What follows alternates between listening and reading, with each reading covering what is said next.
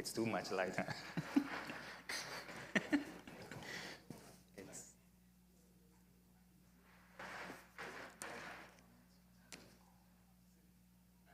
Sorry for blinding you.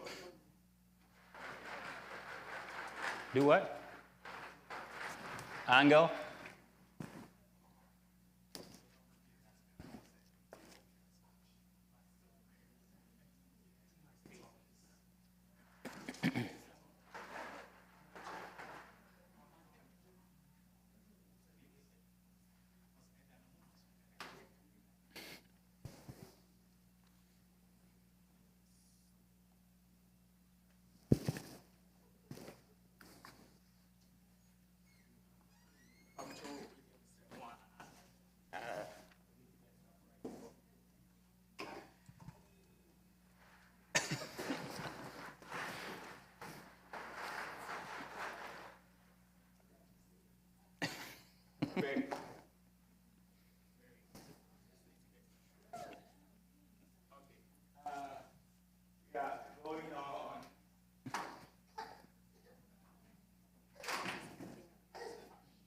Right.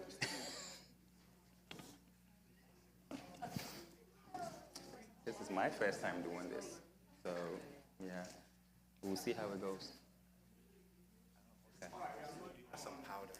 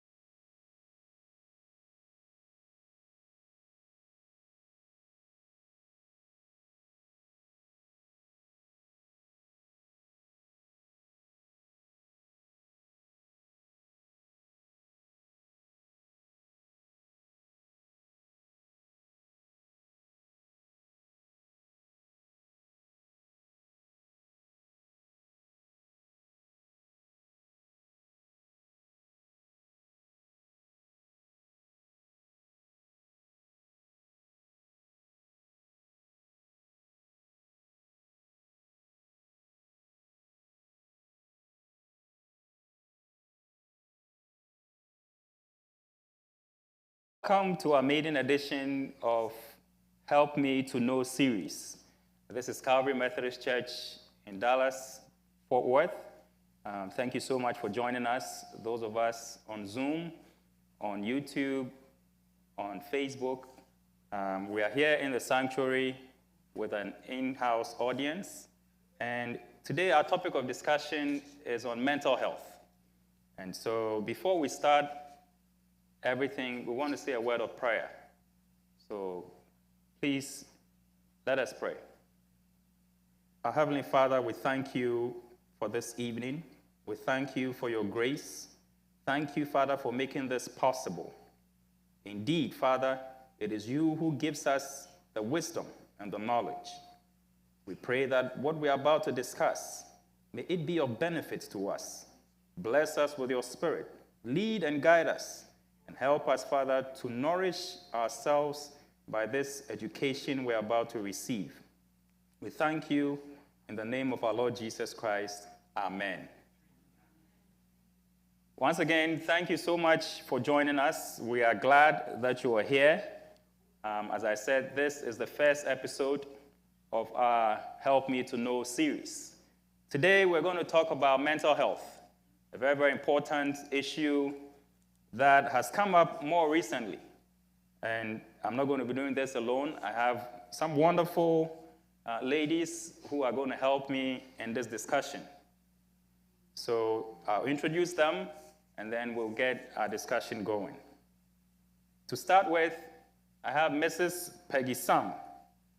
She's a Ghanaian-trained registered midwife nurse. She worked in various departments in Komfanochi Teaching Hospital in Kumasi, Ghana, and attained a nursing officer position before migrating to the U.S. Here in the U.S., she's worked at nursing homes, home health, and the last 15 years, she's worked in mental and behavioral hospitals. She's married with one child and is a devout Christian. Welcome, Peggy. Our second panelist, Mrs. Comfort Poku, is a board-certified psychiatric mental health nurse practitioner. She has worked in inpatient psychiatric hospital at MHMR, Fort Worth, Arlington Memorial Hospital, Millwood Hospital, Mesa Springs Hospital, Dallas Behavior Hospital, and Parkland Hospital as a registered nurse. Currently, she works at Central County's Services Outpatient Clinic as a nurse practitioner overseeing 4 clinics in Central Texas, mainly seeing adult patients with mental health issues, providing counseling, diagnosing mental health illness, and medication management. Mrs. Poku holds a Master of Nursing degree from Walden University and a Bachelor of Nursing degree from the University of Texas, Arlington. She's married with 3 kids and a devout Christian as well. Welcome, Mrs. Poku. And finally, we have Mrs. Mavis Boache Thomas. She is a seasoned psychotherapist with over 18 years of extensive community-based experience in assisting individuals ages 5 years and up. She's a board-licensed professional counselor, supervisor, LPCS, and a National Certified Counselor, NCC. She holds a Master of Arts in Counseling degree. Her path began as a case manager for Harris County MHMR in Houston, Texas, before transitioning to a crisis team supervisor at Alshula Center of Education and Research in Dallas, Texas. Mavis is owner and CEO of Sankofa Counseling and Consulting PLLC, which she started in 2014 and has practiced independently for over 10 years. Currently, she serves as a member of admission review and dismissal committees for Venice Independent School Districts and has held similar positions for other districts. Mavis is married with 2 kids and is a devout Christian as well. Thank you so much for joining us, Mrs. Thomas. So now that we have introduced our panelists, I'm your host for tonight. My name is Kwabena Jehu, and we'll get right into our discussion. So the first question we want to look at is that mental health, of course, is a health issue, which has plagued us for so long a time, but not much awareness has been brought to it until recently. So how would you describe mental health? As an illness or as wellness? Whichever angle you want to take it. How would you describe mental health? I will start with Auntie Peg. Thank you, sir.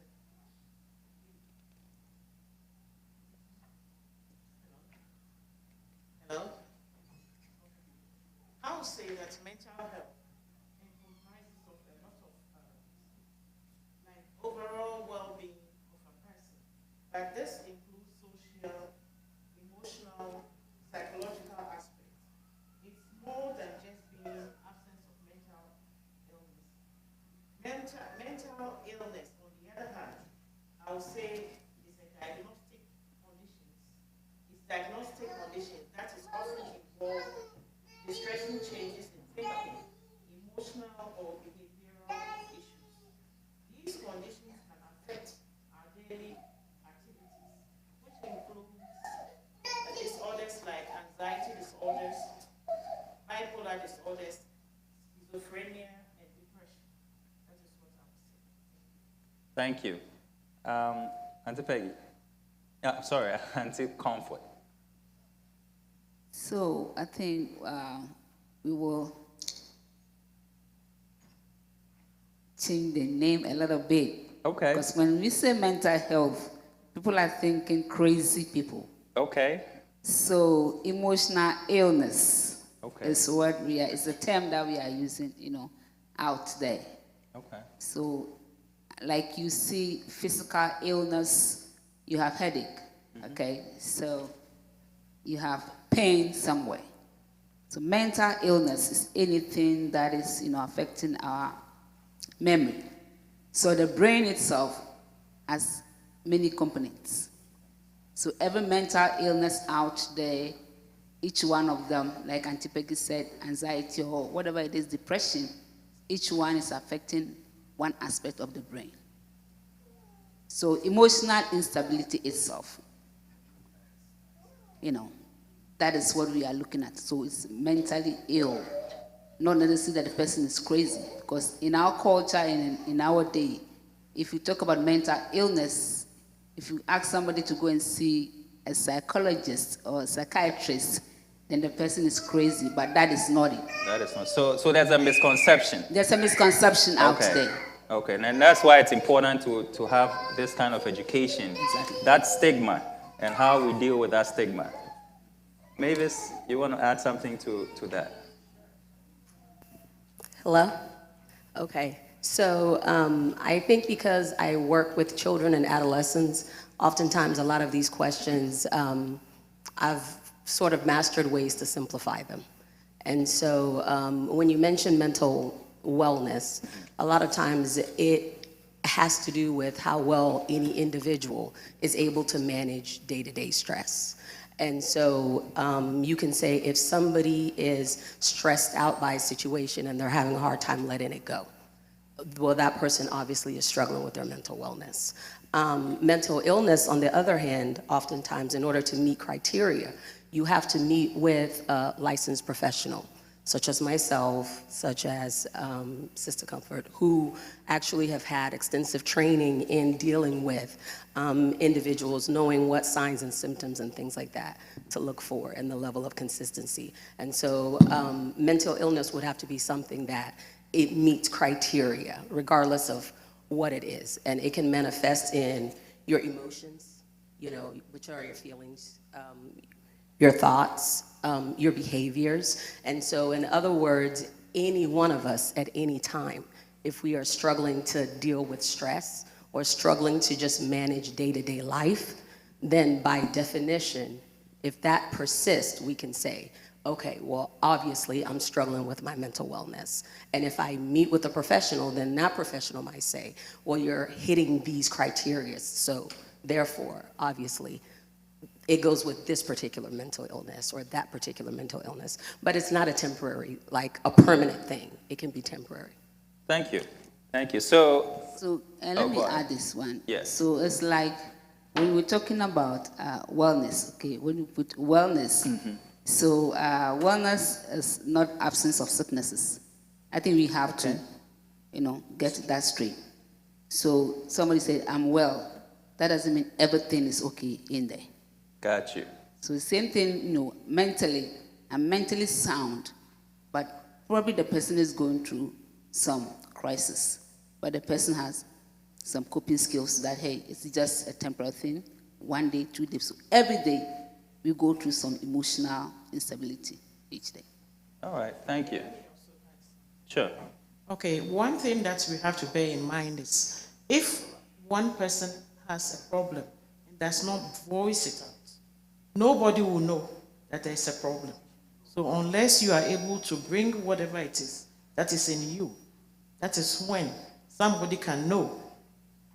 Like when you talk, what some activities that you do, that's when people are able to know that something is not. There's something wrong. Yes. Okay. So let's then get into, because hearing everything that you've said, there has to be some kind of diagnosis, right?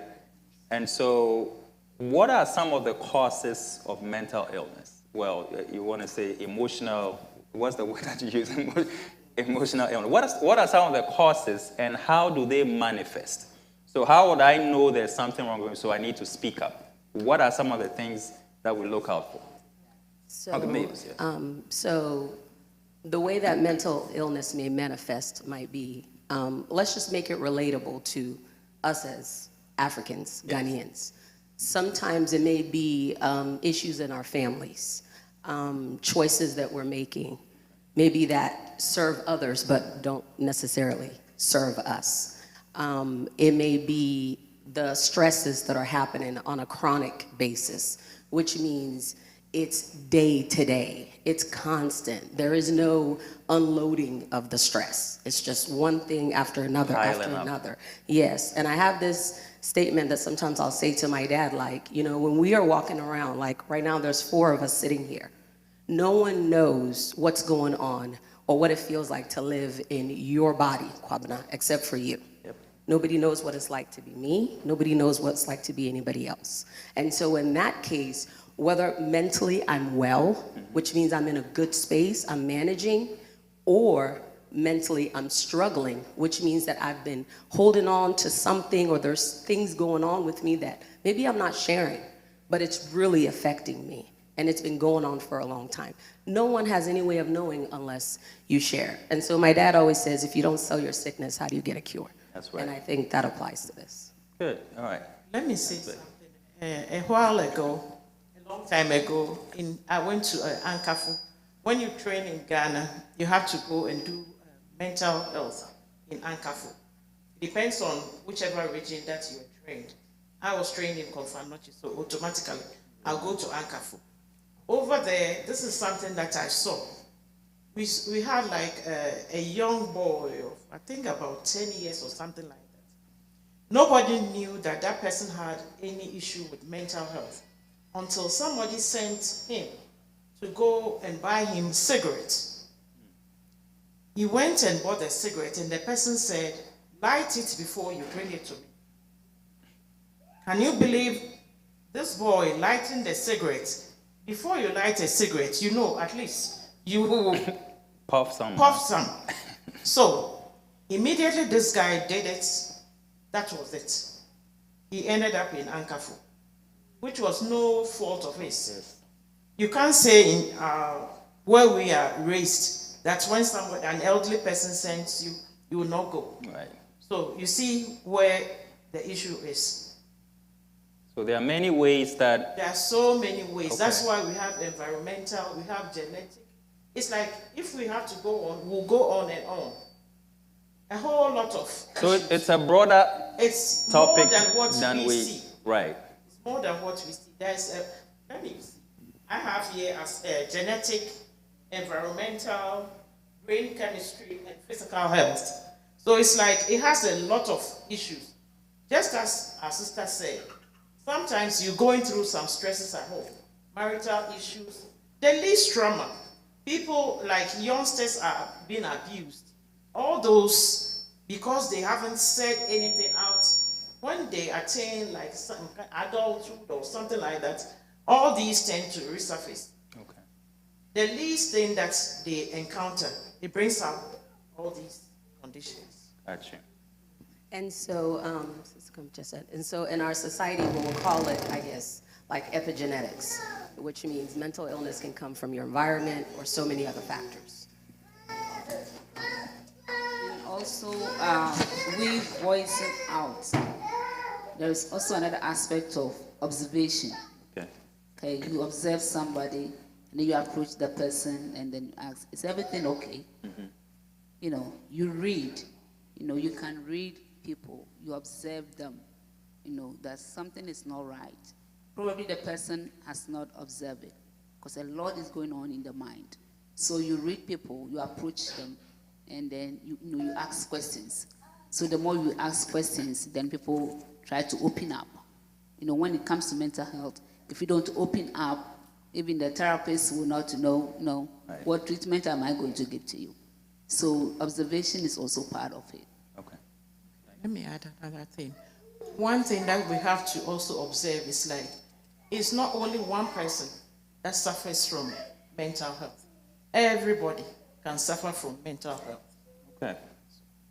Everybody can suffer from mental Everybody health. can suffer from mental health. Guys, I hope you are listening very well. I'm not the only one who's crazy. So let's discuss.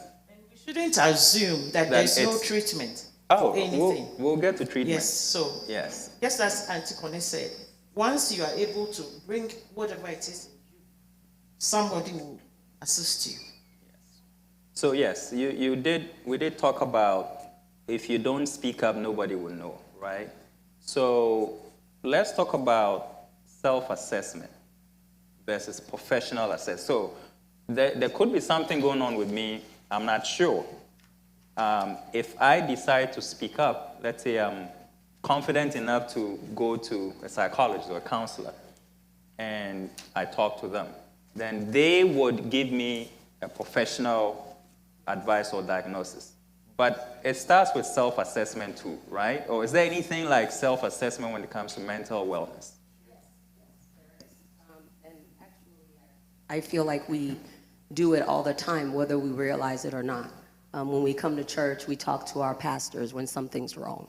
We may talk to an elder, a family member, a friend. We talk to people that we trust, and they give us feedback on if they're noticing anything is different, or we're acting different, talking different, maybe we're isolating ourselves. Something's changed about us. So oftentimes it's the people closest to us that will first notice, and that falls into that self-assessment to be able to report back to you like, hey, Kwabna, I noticed that, you used to do this, and now you don't come around. Is everything okay? Are you okay? Do you need somebody to talk to? And so the moment that someone brings that to you, just using you as an example, and you're able to make that connection and say, you know what? I've been struggling for a while. I didn't think anybody else noticed.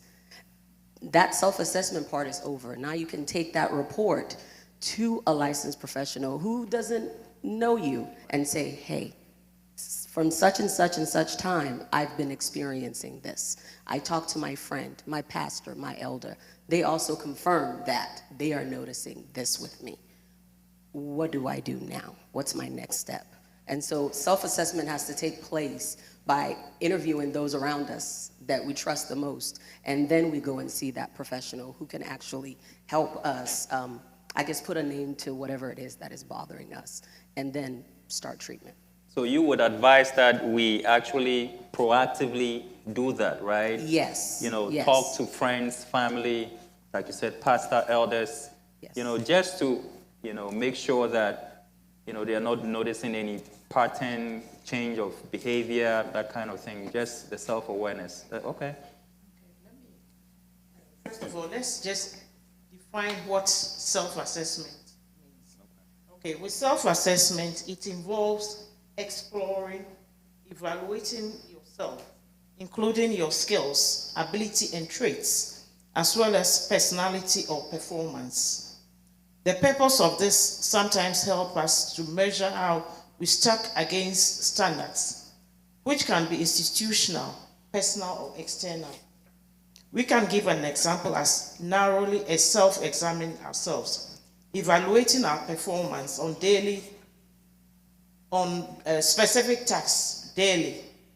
Just like the last time you had an examination, like you had an exam, chemistry exam, how did it fare with you? So when you see stuff like this, it tends to affect you and bring you down, especially when you were supposed to maybe score like the highest possible, and then you flop. Automatically, it's going to affect you. Or me coming to church, me as daily, somebody that's like, I dress well and come to church or something like that.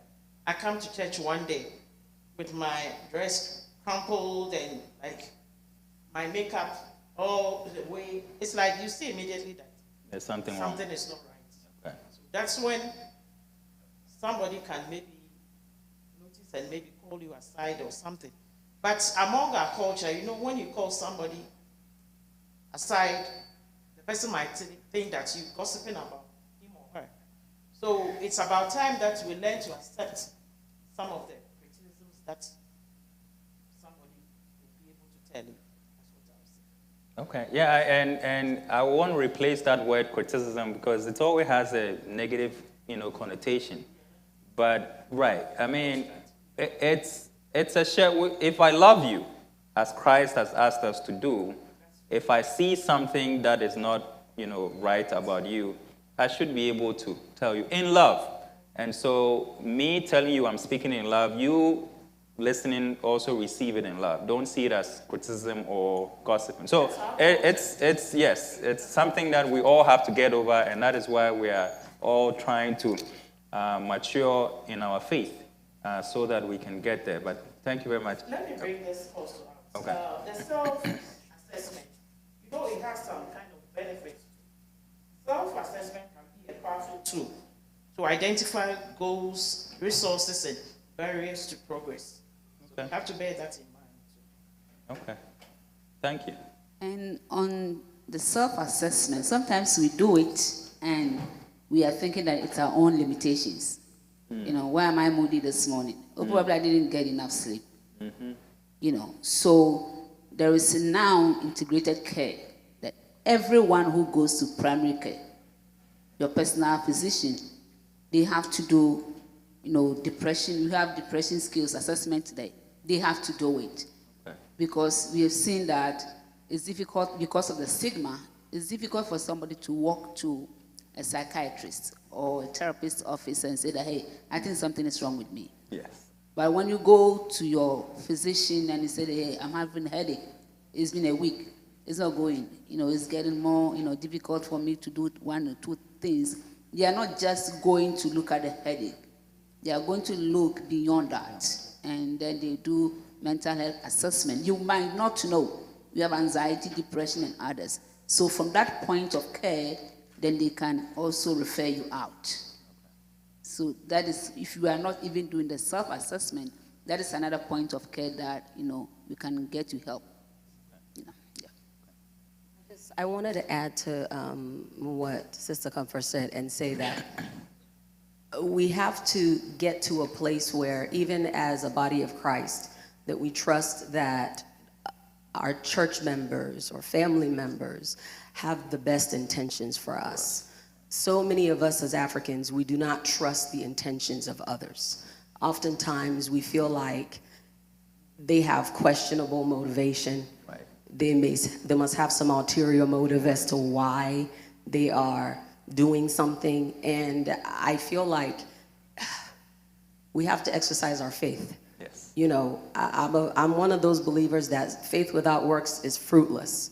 Right. So therefore, if you know that, just like you would see a doctor about your physical health, if you know that you're struggling with your mental health, there's no shame in that. The same level of faith that you take to get up, get dressed, come to church, sit down, trust that pastor will say something that will resonate with you, and you can walk out and apply it, and it give you hope for the rest of your week. That has to be that same level of motivation for you to be able to say, you know what, Sister so-and-so said they've noticed this about me. In my time of quietness with myself, I've noticed this about me as well. I trust that she wants what's best for me. Let me go and get help. We have to get rid of this taboo. Yeah. That, Thank you. On the trust, even when you go to see a specialist or professional, we develop that trust before treatment starts. Easily, right? You develop the rapport, the trust, and then you know that I'm bringing my care, my health to you for help. I know that we have to have that bonding, so that treatment can be smooth, go on. Other than that, if there's no trust, then it's difficult for even to start treatment, whether it's psychotherapy or medical, it's the same thing. Okay, let me also say this. Before treatment can be effective, one has to accept that I have a problem. Because if you don't accept that you have a problem, there won't be any treatment. If you are able to accept that you have a problem, that's where treatment starts. So you should also bear that in mind. Okay. Thank you very much. We'll move into another segment, and we talked about culture. And we want to delve a little bit deep into cultural and social factors that affect our mental health. So for most of us here, we are immigrants who have come, our roots is from Ghana in West Africa. There is or was hardly any mention of mental health. I mean, it's almost like a taboo. Nobody talks about it. Like Auntie Comfort said, it's equated to being crazy. So nobody talks, even if you're going through something, you cannot even speak about it. So how does cultural differences of the people play into mental health awareness? Okay, you know where we, as you just said, where we're coming from. We believe in taboos and all those kind of stuff. And then, if it's not this person, one of my relatives, that is like Doing something. that is doing something to me, witchcraft and all those kind of stuff. So it's like, as I said, before we can start treatment, you have to accept that you have a problem. But if you don't accept that you have a problem, that's when all these things, when they start, you tend to believe it. And instead of you doing self-assessment and seeking professional help, you tend to rely on, let me take you to this fetish priest, let me take you here. By the time you see that you have a problem and you come back to the professionals, your mental health may have deteriorated to such extent that it will take a while Wow. before you'll be able to maybe get to like a basic level. Let me say that. A basic level before something can be done about it. Okay. Only Africans. Okay. Where we're coming from. Yeah. Not where we're coming from. Everywhere. Yeah. Every human being, let's put it this way. But our culture also plays major role in our mental health. Yes.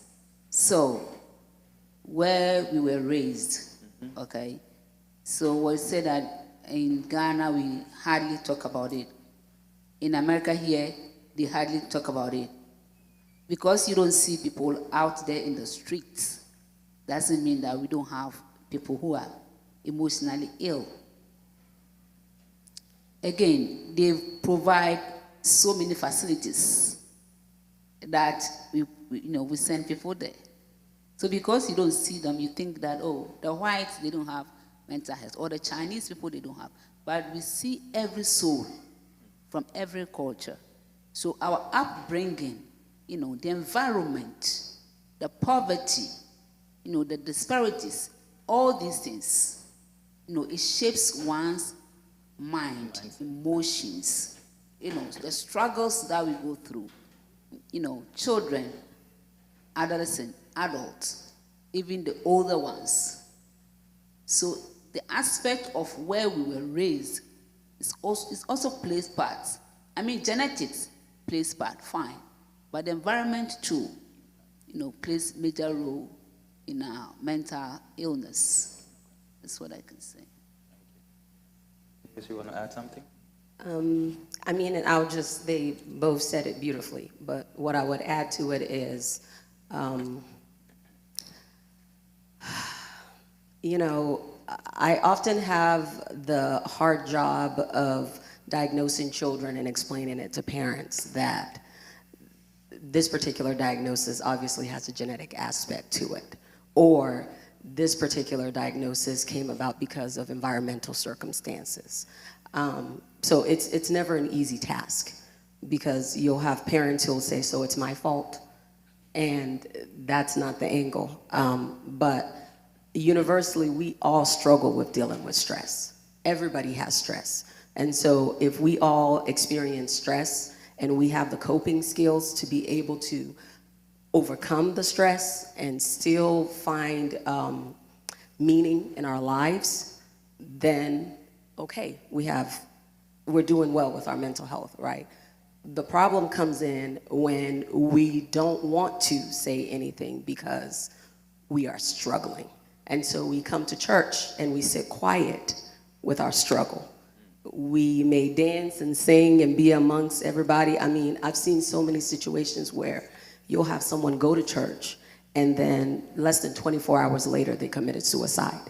And it be a client of mine or a family member of a client of mine. And so it's just, when we get people in these spaces, we have to recognize that this has to be, it's a sanctuary, but it's a safe space. That means whatever I'm coming in here with, there should be somebody in here to be able to help me find some sense of solace, some sense of peace. but we don't talk because we don't want to be labeled as crazy.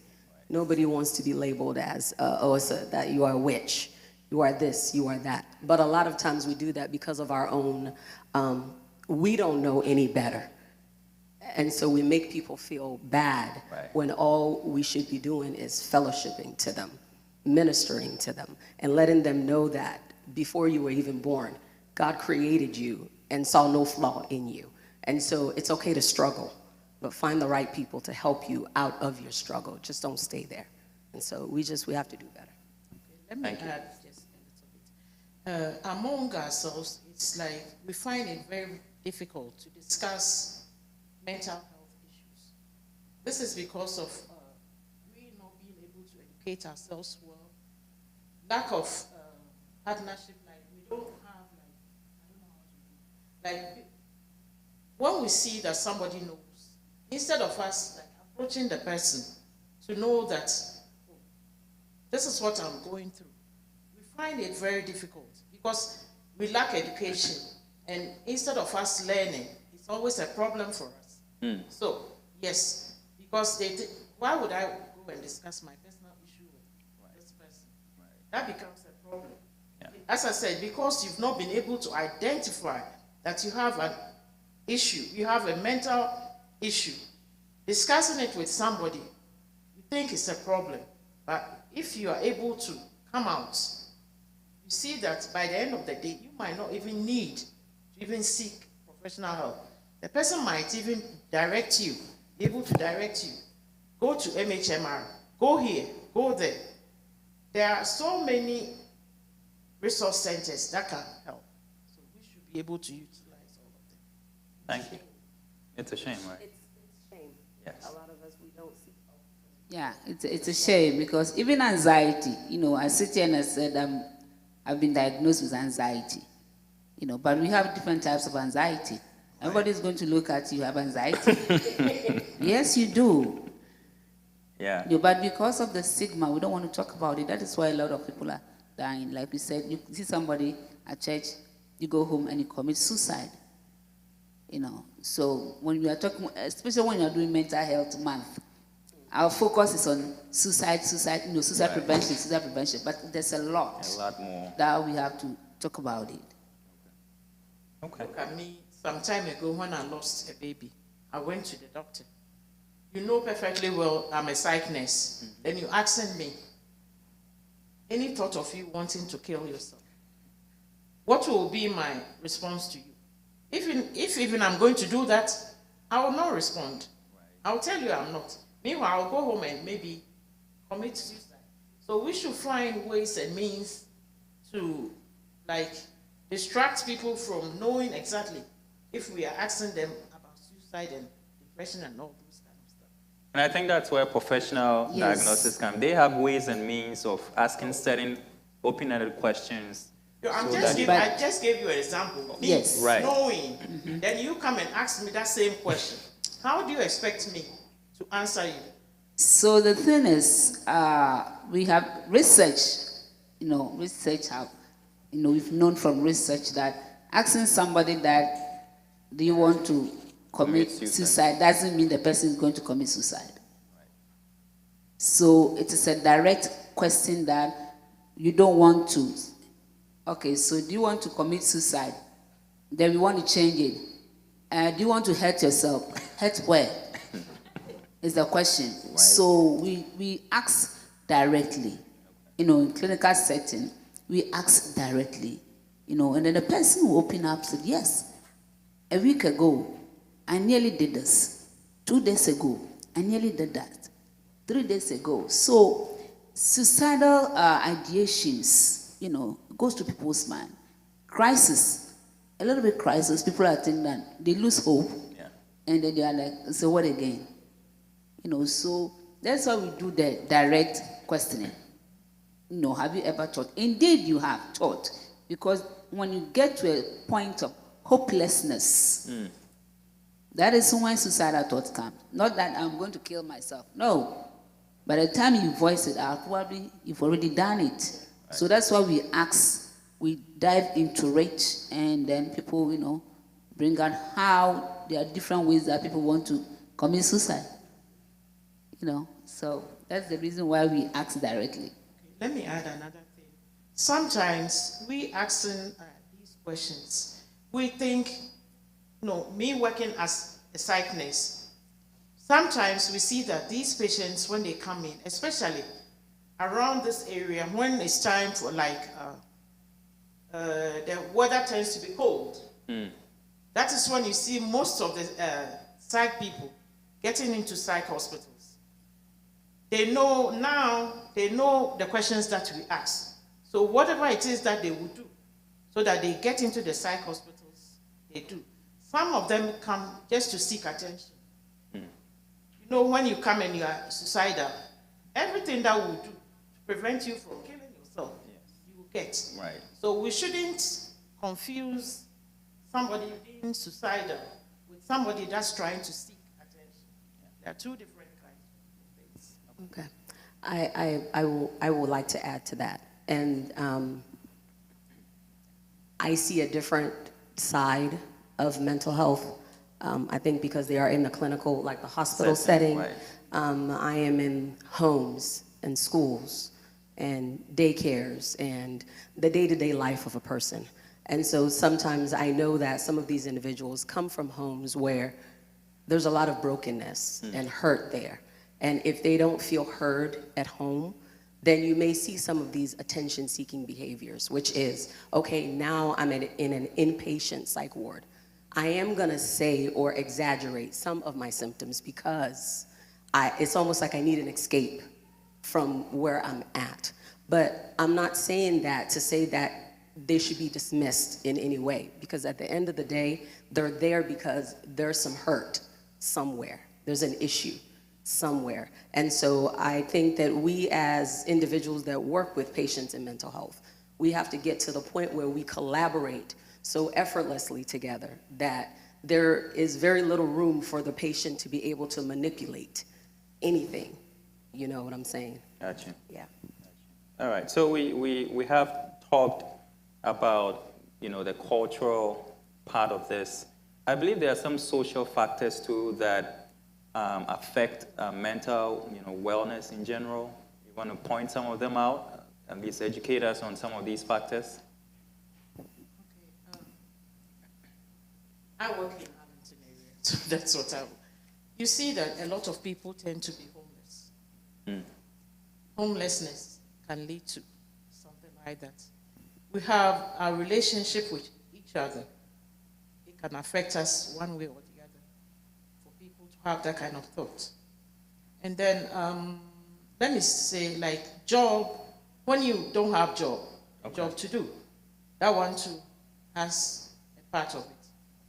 And then when people suffer from trauma, like being a child, as she is saying about it, working with kids. Okay. Sometimes the babysitters that we have, they may abuse these kids that we parents might not know. And some of these kids, they are afraid of even the parents, to even talk to the parents, because they think when they say it, the parent will think that they are lying, or something like that. So they tend to keep it until they get to a stage. It affects them even in school. You see that their grades are falling. It's like when you want to talk about it, it has a long list that you go through.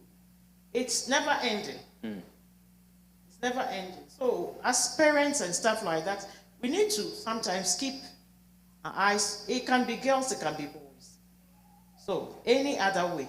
We've seen that these gay and lesbian issue is part of all these things that is affecting almost everybody.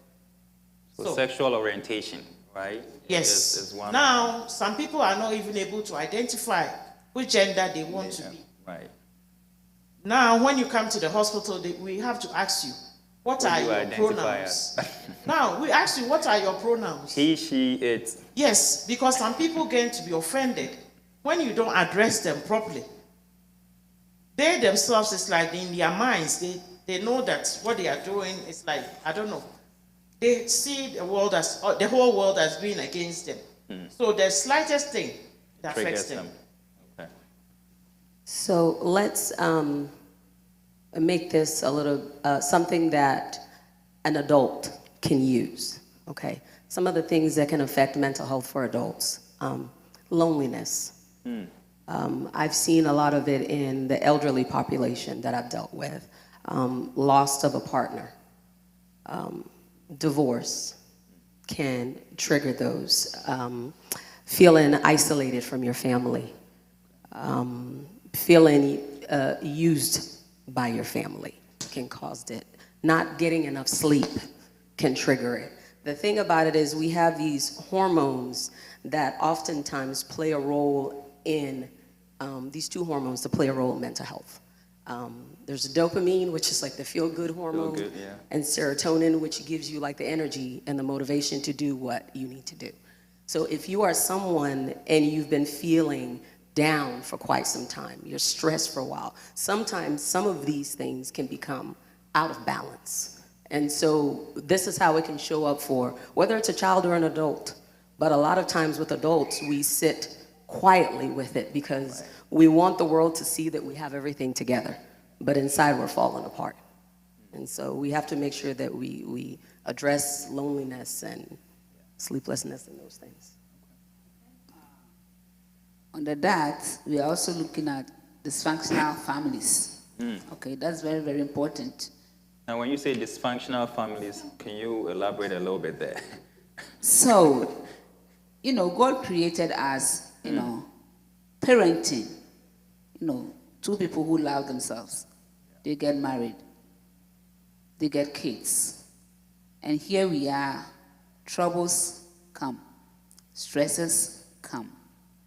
When it comes, yes, it affects the parents, but the kids suffers most.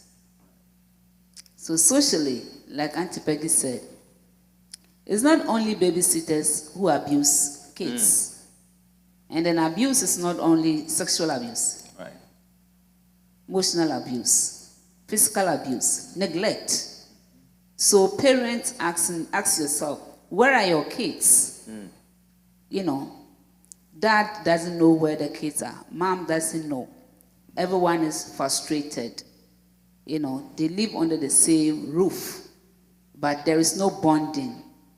There is no relationship. There's no love. They're disconnected. And if a family is going through this, and let's say one of them loses job, That magnifies everything. that magnifies everything. So these kids tend to peer their friends, peer pressure. Seek the love Because and the they don't see the attention love other from the sources. family. So they go out. They socialize out there. Parents don't know what kids are doing because of dysfunctional families. That is not how God created us. But it comes up, socially, those single ones. Single parents. Yes. They raise kids, they are the father and they are the mother.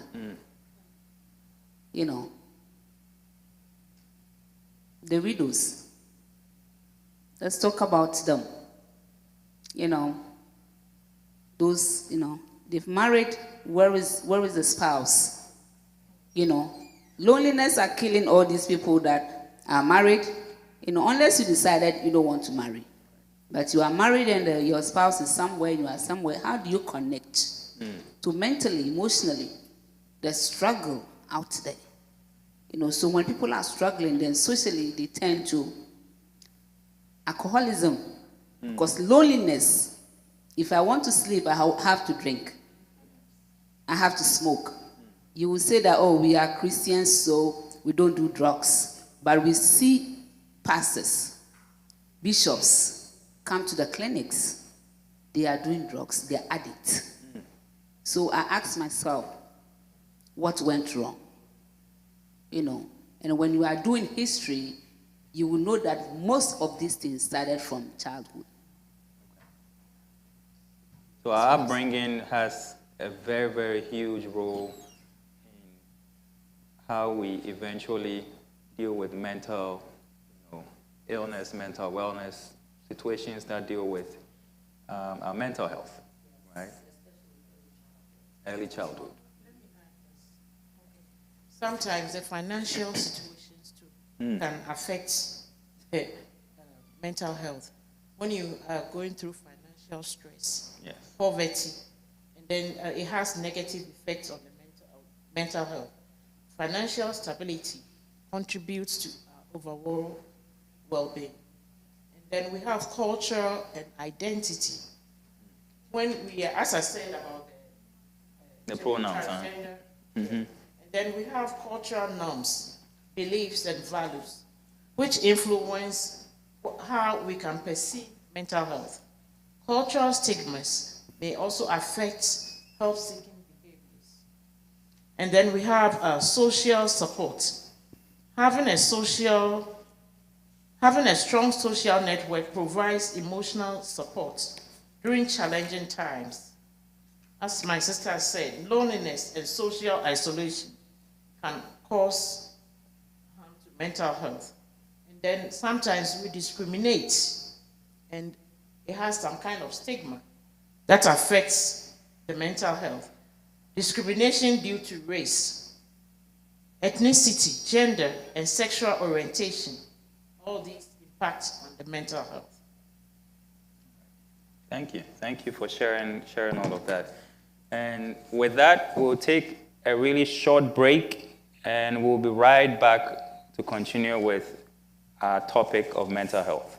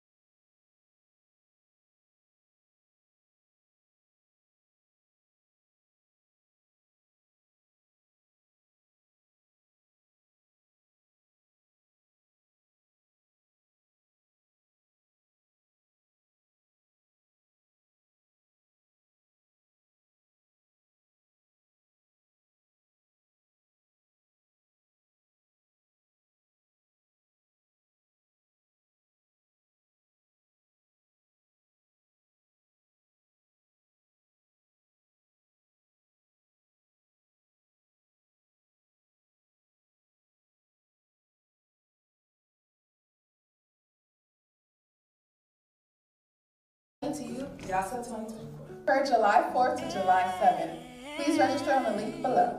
April 30th, YASA will occur at Novetta Hotel in Montreal, Canada. Hope to see you all there. Register now. Yes, sir. I pay a deposit. Yo, yeah. Be there. I'm waiting for you all. Hey, I'm reminded of your goodness. I'm reminded of your favor. Hi, this is Michaela from Atlanta Circuit Dallas Society, presenting to you. I see you. Hey, hey, hey. Hello everyone, my name is Kendria Cannon and I'm from the Atlanta Circuit. Have you heard what's going on July 4th through the 7th at Montreal, Canada? Well, YASA is happening. I need everyone to be there. So please, please, please, please register right now and meet me there so we can have fun and enjoy. Hope to see you there. I feel that vibe, oh. You don't feel that vibe. I feel that vibe. I see you. Hey, hey, hey. Hello everyone, my name is Kendria Cannon and I'm from the Atlanta Circuit. Have you heard what's going on July 4th through the 7th at Montreal, Canada? Well, YASA is happening. I need everyone to be there. So please, please, please, please register right now and meet me there so we can have fun and enjoy. Hope to see you there. Feel that vibe, oh. You don't feel that vibe. I feel that vibe. I see you, hey. Hi, this is Michaela from Atlanta Circuit Dallas Society, presenting to you YASA 2024. For July 4th to July 7th, please register on the link below. Close April 30th. YASA will occur at Novena Hotel in Montreal, Canada. Hope to see you all there. Register now. YASA.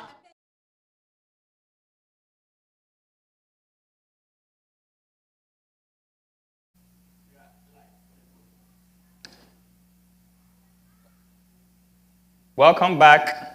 Thank you for remaining with us as we discuss mental health this evening. We've talked about several aspects of mental health, and now we're going to delve into demographics. Are there any differences between how men versus women deal with mental health? How about kids and the young ones? What are they dealing with? What are some of the things that we are seeing that can potentially lead to something that needs to be addressed? But I have an interesting statistic I want to share with you. According to the Health and Human Services Office of Minority Health, African Americans are 20% more likely to experience serious health problems than the general population. So some common mental health disorders among African Americans include depression, ADHD, PTSD, and suicide. So to my panelists, and maybe I'll start with Auntie Comfort. Can you speak to why this would be, this particular statistic? Why the disparity with African Americans?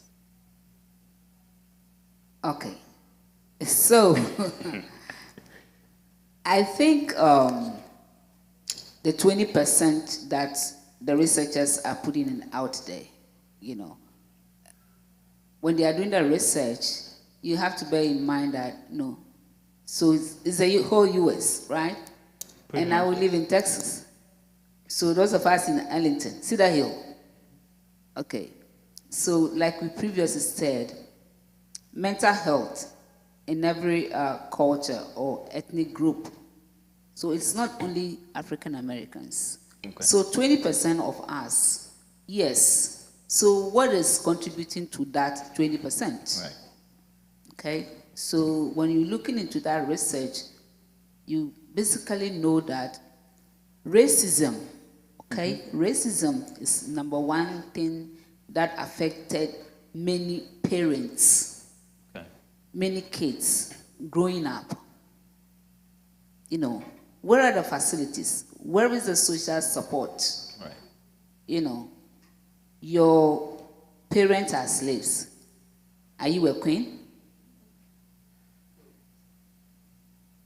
So, these are some of the things that we have to look into it.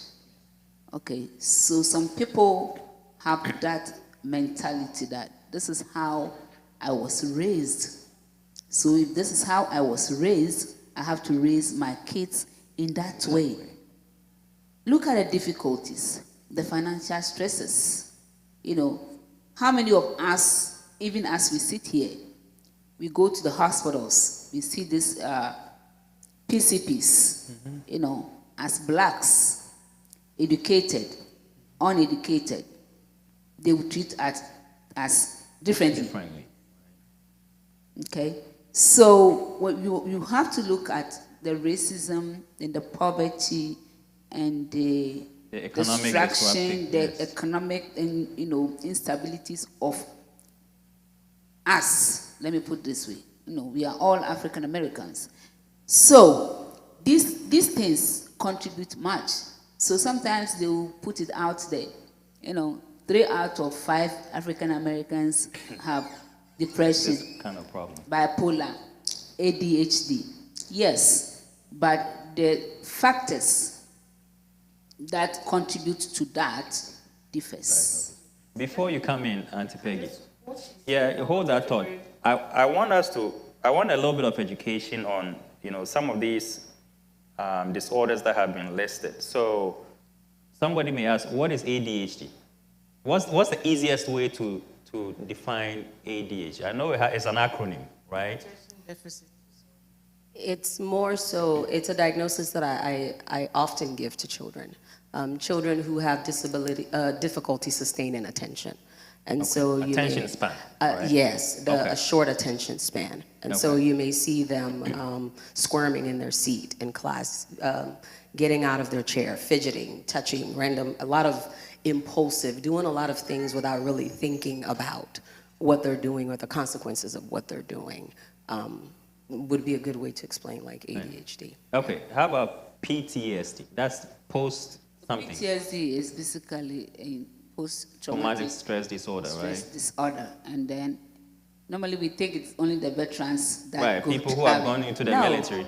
It's not Right. only the veterans, because many people, if you go through any trauma, any type of trauma, like we said, not all veterans have PTSD. So any trauma, that Kind of triggers. trauma. So sexual abuse, I'm looking at the kids. Sexual abuse, a child that has been, whether male or female, has been abused in that extent, growing up, in adolescent stage, the person is still having that trauma. The person will turn 99. When you are doing assessment, that person will bring it up. Because, we have our long-term memory and our short-term memory. So this trauma that people go through, it's a lot. Losing a baby, okay, losing a loved one, fire gets in your house, losing your job, losing all your money, losing mobility. Not winning the lottery. Not winning the lottery. So there are a lot of things that causes trauma. I think we have time. One day we have to delve into trauma delve into itself. trauma itself. Okay, Auntie Peg, sorry. I wanted to add something to what Atipono was saying about being discriminated against. I used to work a long time ago. I used to work in a nursing home, and then I wanted to put eardrops in a patient's ear. Then the daughter came around. The daughter came around and asked. It's like she didn't have any idea that they employed a new tech, a new CNA, let me put it that way. So I asked her the question, since when did CNAs put eardrops in people's ears? So automatically you know that it's not, you see, being black already, the person has identified me with the lowest Care, right? care. So I asked the person, have you ever seen a CNA putting eardrops in people's ears? Yeah. They said, oh, I'm sorry. It's like sometimes you have to let them know. I have my badge, but you refuse to look at the badge because I'm black. You see where the racial thing comes in. I'm attending to white. So blacks cannot attend to whites, which is a problem. Okay. I want to add on to what all has been said. I feel like when Sister Comfort said that, 20%, that statistic, we shouldn't think about it as African Americans, because once you're not in Africa, here, everybody is Akata. There's no distinction of a difference. We are all Black Americans. Yeah. And so I think that one of the things that is seriously impacting our mental health is the constant exposure to violence. Okay. From the George Floyd incident to every time we turn on the TV, somebody got shot, somebody got stopped. And let me say this, I am one of those people that I'm a huge supporter of law enforcement and, public servants and things like that. I'm a public servant. And so I think we have to be careful not to label these people are this and that people are that. But the constant exposure to violence through movies, through video games, through music, it's just speaking for myself and the children that I work with. It takes a heavy toll on their mental health. most of them are confused. What is true and what is not?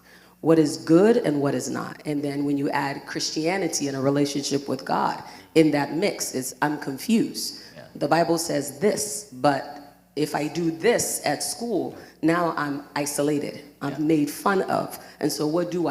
It creates a lot of academic pressure. Yeah. Okay, let me answer to all that you said.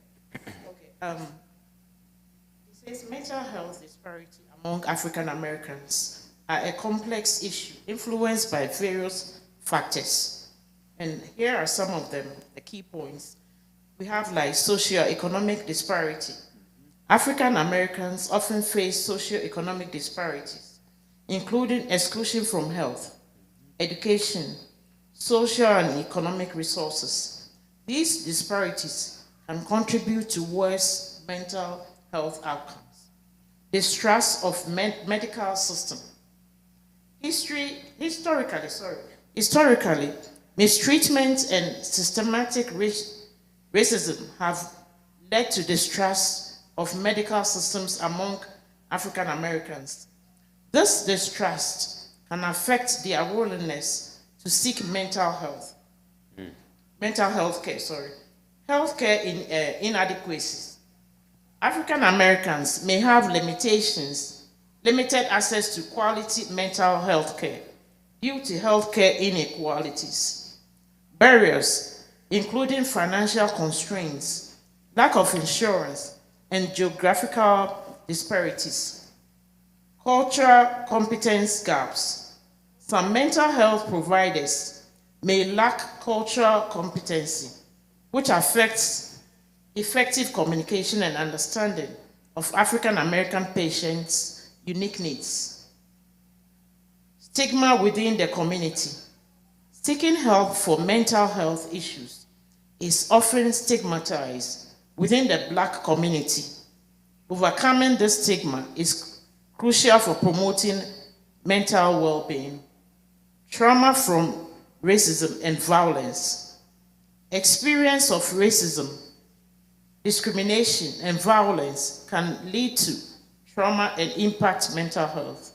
These stresses disproportionately affect African Americans. Lack of representatives.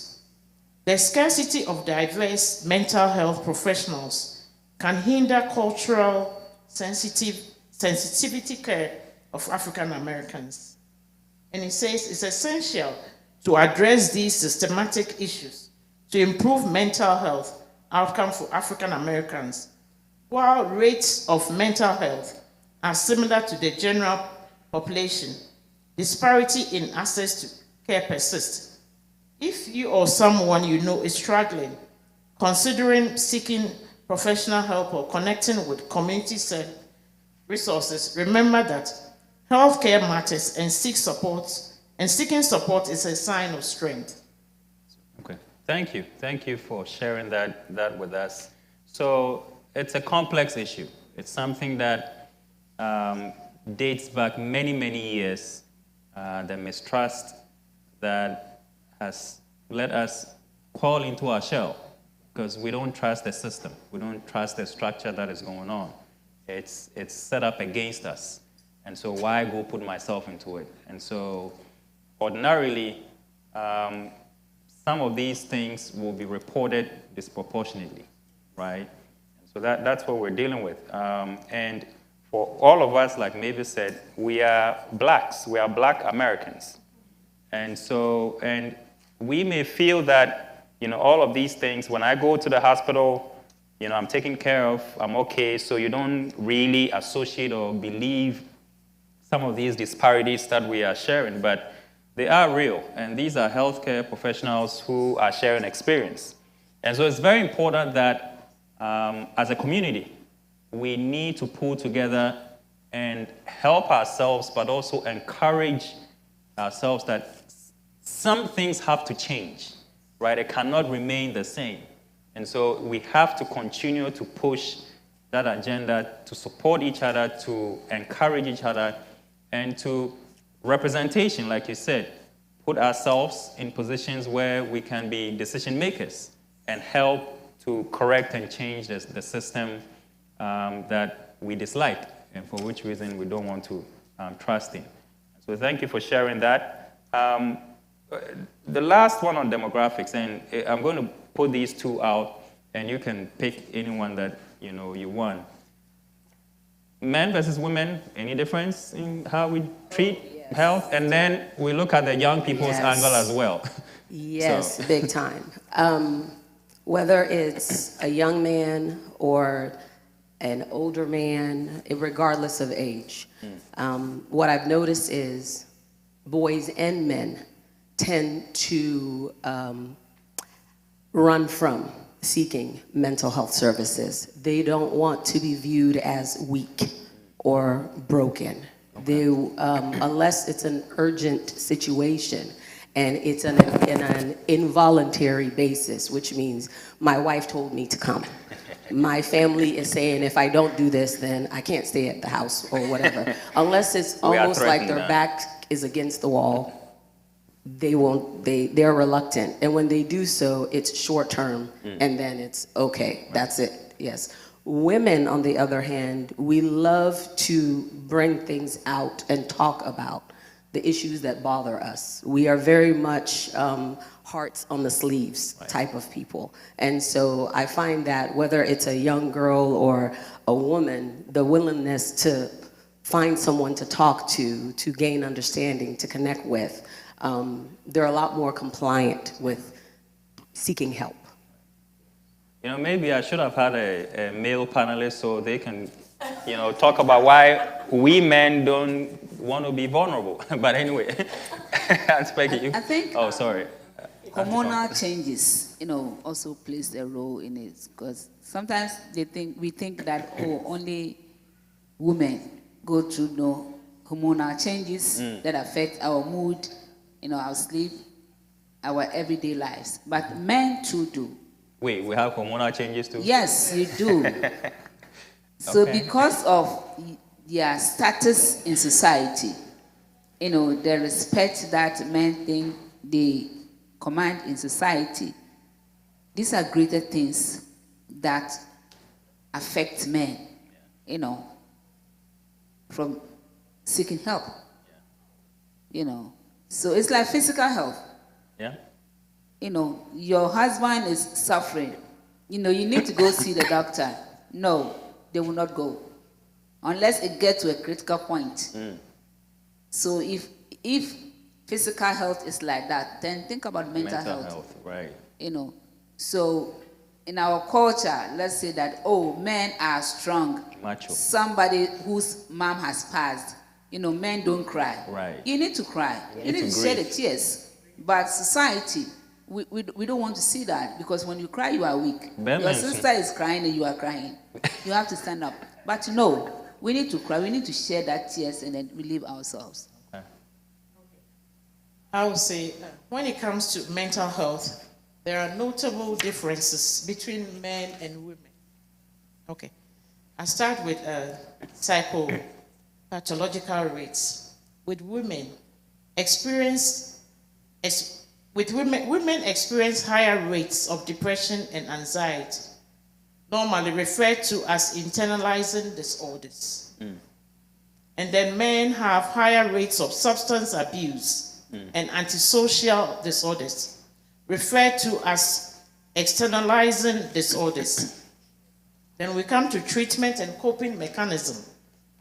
Women tend to be diagnosed more with anxiety and depression and post-traumatic stress disorder, PTSD. Men are more likely to suffer from substance abuse issues and suicide. Then we come to communication styles. Men internalize stress and often have unexpressed distress or negative feelings. Women are more likely to share their distressing emotions and seek help. Social context and gender roles. Social differentiation by gender shapes and mental disorders. Division between men and women in power, responsibilities, and personal characteristics play a role. Remember that these patterns are not universal, An individual experience can vary. If you are someone, if you or someone you know is struggling with mental health, seeking professional help is essential. Good, good. Thank you very much. And so the easy thing to say is, men, let us speak up. Let us put away the macho and let us be, open, communicate what we're going through, because we don't want it to be the last minute, where we drop dead or it's so chronic that we have to deal with it for the rest of our lives. We don't want to get into substance abuse, because that takes a toll on the entire family. Your children are seeing you drinking, smoking, doing these drugs, and guess what? Like we said, it starts from infancy. At a young age, what we're seeing, what we're experiencing, right from the home, and that is what shapes us and affects us in the long run. And so let's do right by ourselves, is what I would say to men. And women continue speaking up. And but I think okay. on the adolescent side, yes, the young people. We have to look at the young people. Imagine a young child, 14-year-old seeking advice from a 14-year-old. The blind leading the blind. I mean, what are they talking about? What do they know? So when you hear that phrase, that youth of this day or kids of this day know more than adults, that's dangerous. you have to pause and ask, what do they know?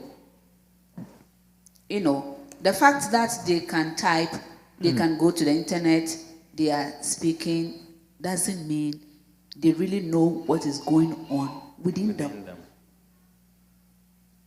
Let's even take test taking at school.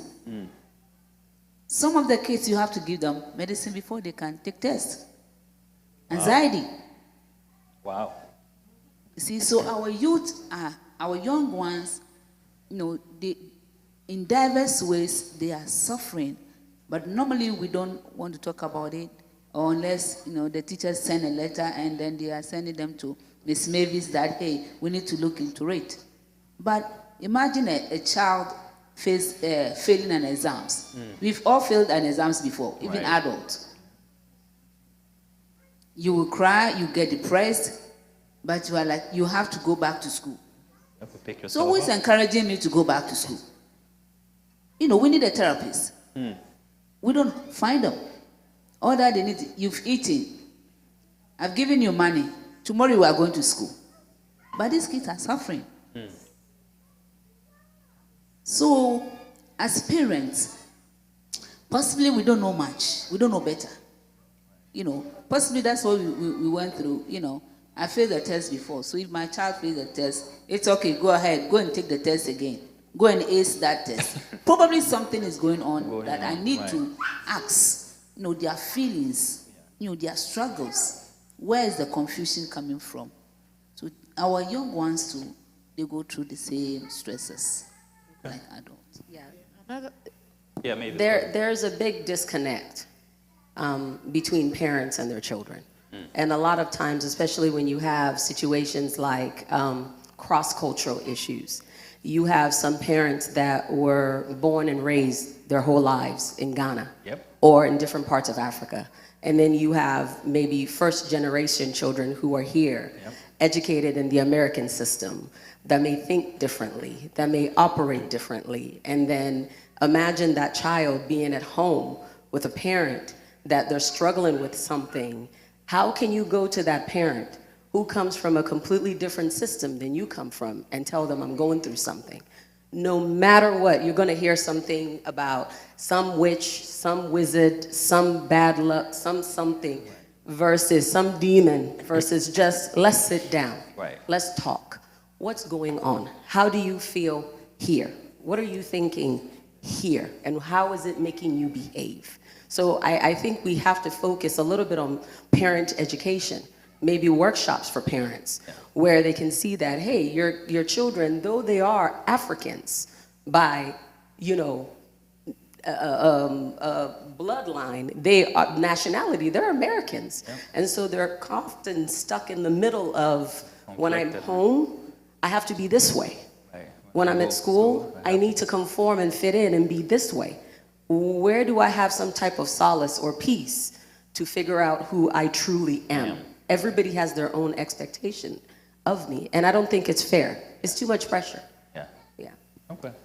Thank you. Okay, what I will say is, like, we have to know that depression also affects children too, in every aspect of life. You have to know that depression also affects children. Okay, there are certain things that contribute to mental health issues among the kids. I'll say digital media. Growing use of digital media can impact mental health. Academic pressure, increasing academic demands contribute to stress. Limited access to care, insufficient access to mental health care, social and economic inequalities, discrimination, racism, poverty affecting mental health and well-being, pandemic-related factors such as family loss due to COVID, urban outbreak, and financial instability during the pandemic. Then we have vulnerability of the adolescents. Adolescents with mental health conditions face social expulsion, stigma, educational difficulties, and risk-taking behaviors. Girls are most likely to be diagnosed with anxiety, depression, or eating disorder, while boys are at higher risk for behavioral disorders and suicide. So as much as we can, we need to watch out for changes in their concentration, their appetite, their mood, and sleep patterns. So that's it. Well, thank you. Thank you. So a few things about these young ones. The trends now, I mean, we have the Gen Z and all the gens, and there's a lot going on in their world.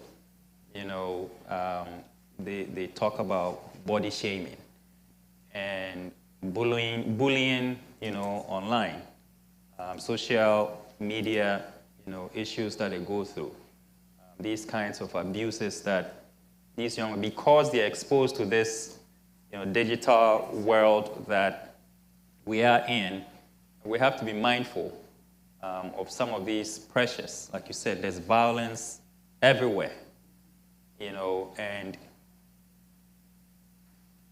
as healthcare professionals, at what age do you think is appropriate for a young person to get full access to this social media, Instagram page, and all of these things? Is there an appropriate age? Let me answer you. My daughter Amma was in kindergarten. She was introduced to the computer in kindergarten. It's not computer. No, I'm just saying, like, she was introduced to computer in school. So she brings it to at home. And then what do you expect? You still go. So. No, I think we need to differentiate between. But you have to, like, check what they are getting access to. Okay. You have to always be mindful. Like, you have parental controls, yes. All those things can be installed. Okay. So to answer your question, as far as what age would be most appropriate for a child to have access to that type of advanced technology, whether it be a tablet, a phone, their computers that they bring home from school, we have to remember something. These children during the pandemic went through extreme social isolation, where their only way of connecting with other children in the outside world was through a monitor, through a screen. And so right now, part of the difficulty in my job, and I take it with all honors, I don't take it lightly, is trying to encourage the children to go from socialization that's behind a screen to socialization of in person. They have lost the ability to do that. And so if we are to just abruptly take away their only form of connection to people who are their age, though I understand it should have restrictions. I have a 15-year-old and 11-year-old, and I have a parental control on their device. I control it from my phone. And so that's an app that I'm more than willing to direct every parent to have. I can track where they go, where they are, what they're looking at. I have that control. And even though she's 15 and I trust her, I tell her, it doesn't matter. Right. As long as you are under our roof, is whatever we decide is best for you. That's what's happening. But I don't think that we should take technology away from children. I think we should teach them how to responsibly use technology until they get to a point where they know how to do the in-person socializing, because so many of them don't have that. All they know is technology. You know, the next level of the technology is this whole social media space. So, like a 10-year-old girl has an Instagram page. And some of these pages are open to the world. You can be chatting with somebody who has, right. And so my question really was, for these apps, right, they can have the phone, tablet, they use it for their homework and all that, but for some of these social media sites, that are prone to abuse and exploitations and all of those, what is an appropriate age for these kids to have that kind of platform engagement? 18.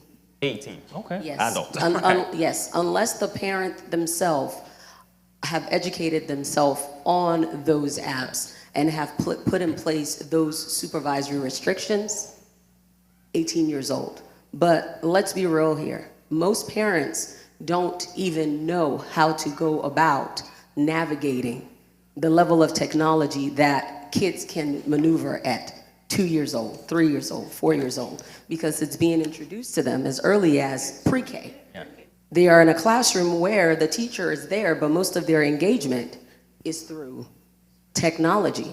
And so if we're going to restrict them, rightfully so, we ourselves have to educate ourselves on what these apps are and what type of restriction we want to put it on. My children don't have Instagram and Discord and some of these apps because I took the time to educate myself on what it is and say, no, you're not going to have that. Yet. No, you're not going to have that. But let's be realistic here. How many of us as parents, those who are doing our best to provide, have time to sit and educate ourselves on the apps that our 5-year-old is swiping quickly? Right. Yeah. That's comfortable. And even most of our kids' movies have violence in them. Mm-hmm. Imagine kids' movies having violence in them. So, and then we also want to put it out there that every website that you go, they are monitoring you. Okay? I see people, young adults, in their 18, 19, they come to me. Why are they here? They have an anchor monitor. Why? Because they are visiting sites. Mm. So we are just encouraging the kids. It's not just fun. Sitting here at Cedar Hill and chatting with somebody at Russia. Mm-hmm. I mean, can you imagine? Yeah. What are you learning? I asked myself, what even led you to that site? And like we are saying, they go in there and they are clicking, and then the horrible thing that I hate to see is that these young ones are exposing themselves to people that they've never met. They don't know them. And then people are hiding their identity over there. Yep. Okay, so they chat, and then an 18-year-old is traveling from Chicago to Texas to meet this young man or this person. Yeah. It's very, very serious out there. As long as we have the social media, it is destroying our young ones, and then when they get themselves into trouble, when they come, then we have to medicate them because they are not acting right. Right. Probably they don't need the medication. Yeah. They need, it's a Band-Aid. They need psychotherapy. They need to start from somewhere. But the system that we have, you have to get that one before we can say that you are acting normal. See? So. Thank you. What I would say is like, just as our sister said, we need to like have the app that controls what our kids are watching, so that we'll be able to control most of the things that they are doing. You have somebody that's a sex offender that has not even been like when they move to a different area, they're supposed to register, but you see that they don't. By the time you realize the sex offender is chatting with your child, what do? That's a big. Okay. Thank you very much. I think we may, come back to this because we'll give opportunity to our audience if they have any questions. We have received a few questions from our online audience as well. And so, but I want us to do our last segment, and then we'll open up for questions. And so, and this is our Christian influence, is what we're going to wrap up with. And so, indulge me as I read some scriptures to you. For who has known the mind of the Lord so as to instruct him? But we have the mind of Christ. 1 Corinthians 2:16. Do not conform to the pattern of this world, but be transformed by the renewing of your mind. Then you will be able to test and approve what God's will is, his good, pleasing, and perfect will. Romans 12:2. And the peace of God, which transcends all understanding, will guard your hearts and minds in Christ Jesus. Philippians 4:7. You will keep in perfect peace those whose minds are steadfast because they trust in you. Isaiah 26:3. Colossians 3:2 says, set your minds on things above, not on earthly things. And then finally, Philippians chapter 4:8. It says, finally, brothers and sisters, whatever is true, whatever is noble, whatever is right, whatever is lovely, whatever is pure, whatever is admirable, if anything is excellent or praiseworthy, think about such things. So I ask you, how does our faith in God and our Christian practices like praying, meditation, fasting, fellowship with one another, how does it affect our overall mental health?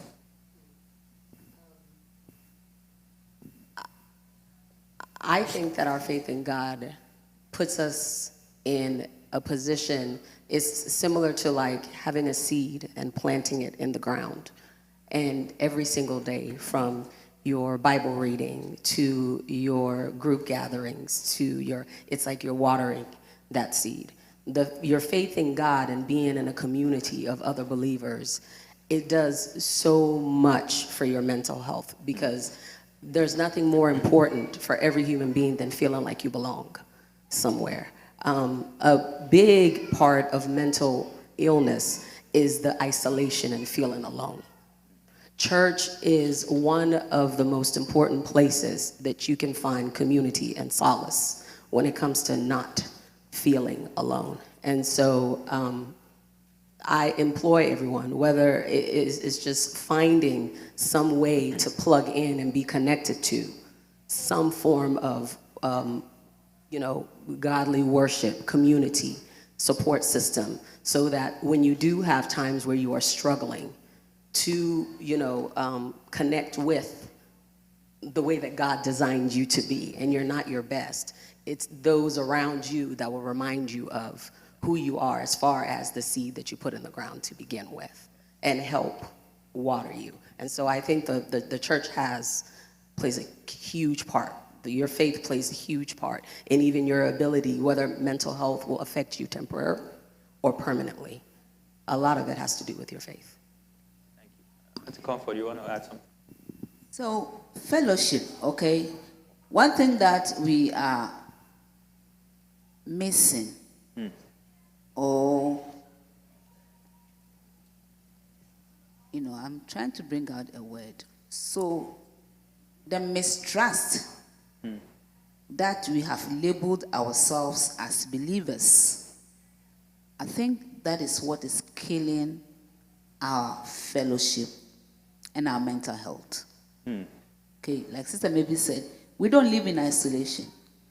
But here is the case that the fear, the mistrust, when I tell you, oh, this person will also hear it.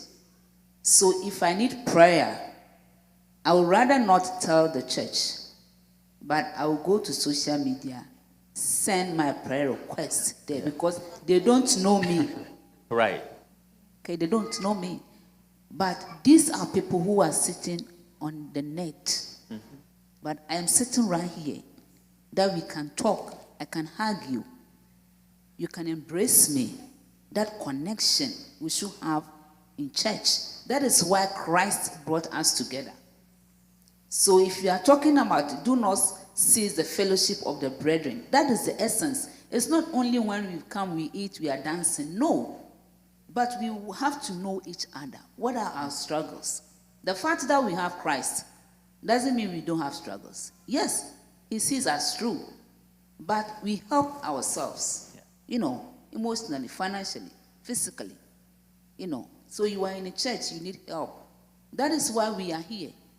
So I don't believe in that mistrust. So I'm asking myself, a whole Calvary, you don't trust anybody. What about the whole DFW? There is no single Christian that you can confide in. And you are thinking that, as soon as I tell this person, another person will hear. But when you go to the hospital or you go to the physician, you say it freely. The texts are there. You talk to them. You fill a form. Even though they don't read, they present it. We are doing collaboration. Mm-hmm. So a theme of people, we are discussing what is going on. So how come that the faith that we are having, we are growing in faith, that's unity, and we can't share, then where is the unity we talk about? So our faith helps us a lot. Most Christians, we haven't seen, psychotherapists before. Something happens, you cry, and then you are going to church again. There's going to be clapping. The sermon is coming. Mm-hmm. But even as we are hearing the sermon, we also have to talk to one another. Yeah. That's how we check on people. We talk, how are you? It's not only when the person is in trouble, or when there's funeral, or when the person is sick, but daily our wellness being. That is what our faith helps us with our mental health. Thank you. I'll come back to you. Oh, go ahead. No. I just wanted to okay. Is it okay? So what I wanted to add to it was this. In everything that you said, the summary of that is pretty much that faith without the works is fruitless. You come to church, you have faith that you will receive healing, or the pastor will say something that connects with you, your elder, your members, something. But your sickness, your troubles, you keep to yourself. Right. The work part that Sister Comfort is talking about, instead of you calling the prayer line that is in Timbuktu or somewhere else, to be able to trust your faith, even as small as a mustard seed, and say, you know what, Brakabna, can you pray for me? Right. Not just can you pray for me without you knowing why. I have been struggling with this. And to trust that Brakabna is not going to go on a Konkonsa mission and tell everybody what you just said. You see what I'm saying? Yeah. And so I think that the body of Christ, because we don't trust ourselves, we automatically don't trust the intentions of other people. But that's what church is for. Find someone, plant that seed of trust, even if it's just based on faith. And every day, water it little by little, so that when you find yourself in times of crisis, you don't have to call somebody in Mozambique or Timbuktu. No discrimination against those places, but you can reach over and say, Sister Comfort, right, can we go over there and talk? I've been going through this. And know that, without a doubt, because of the relationship she has with Christ, that God in her will not allow her to go and gossip about my pain. We have to learn to take steps to trust ourselves and those that God places around us. Thank you. So, yeah. Okay, what I would say is we should bear in mind that faith plays a significant role in mental health.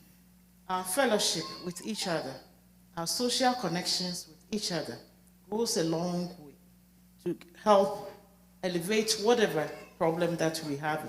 Just as they've said, if you are able to bring what is in you out and share it with a fellow Christian, it goes a long to help with all these sufferings that we're going through. We have to also bear in mind that the idea of learning to forgive goes a long way to help. Because if you have somebody's thought in your mind, the person is free somewhere. You are the one suffering. Right. I read something. It said, why would you let somebody rent a house free of charge? In your mind. In your mind. All these things is like we have issues every time. If we learn how to forgive people, then a lot of things can be achieved. Faith helps us to also reduce stress.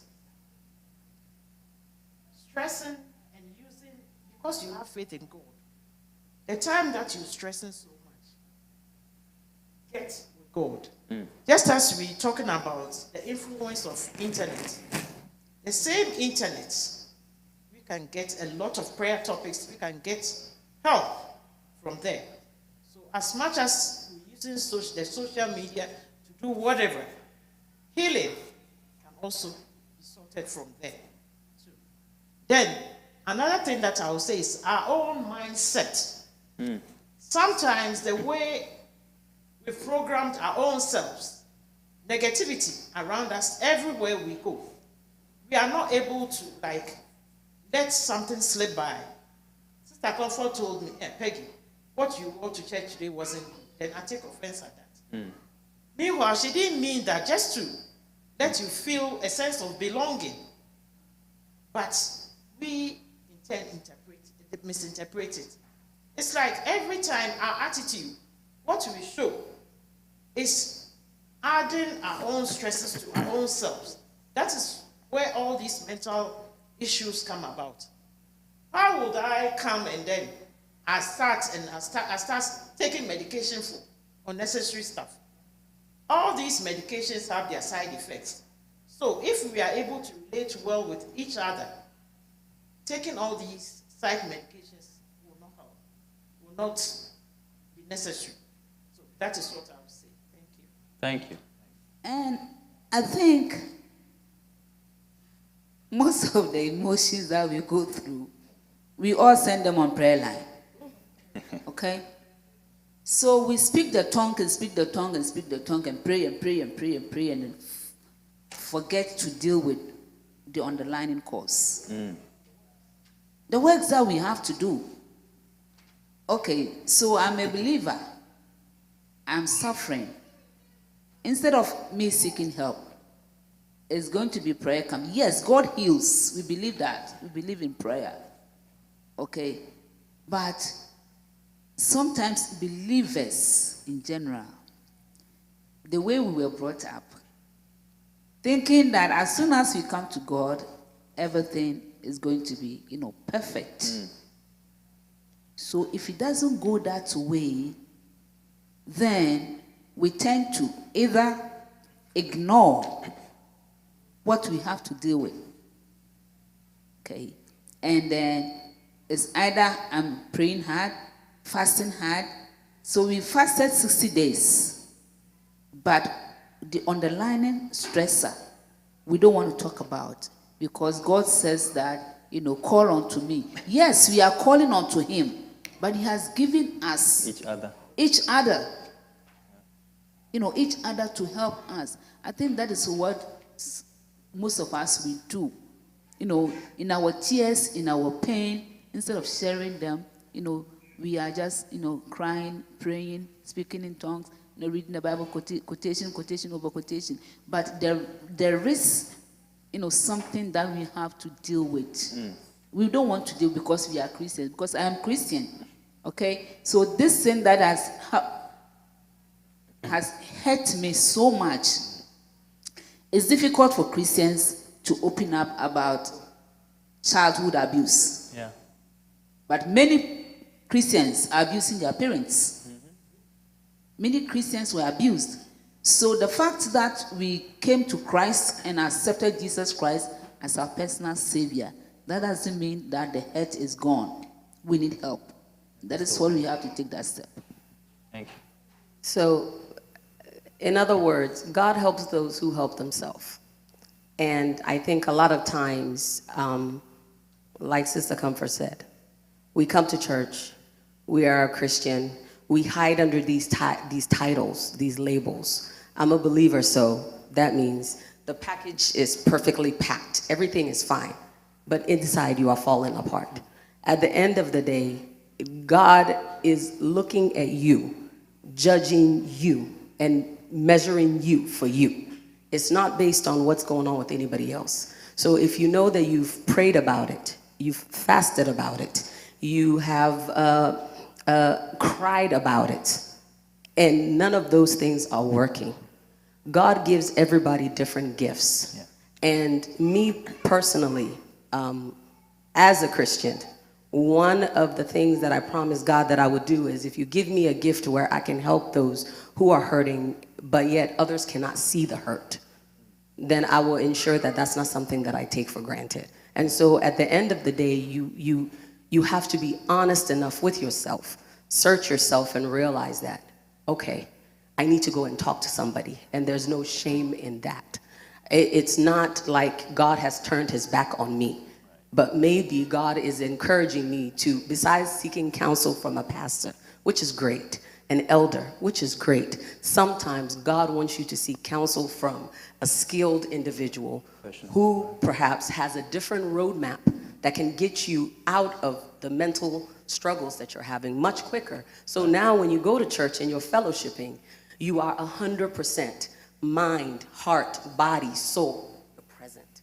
And you can receive whatever it is that God has you there for. But if your physical body is in church, but your mind is in Accra, and your heart is in, I don't know, Takrade, somewhere else, it's like you are here, but you are not.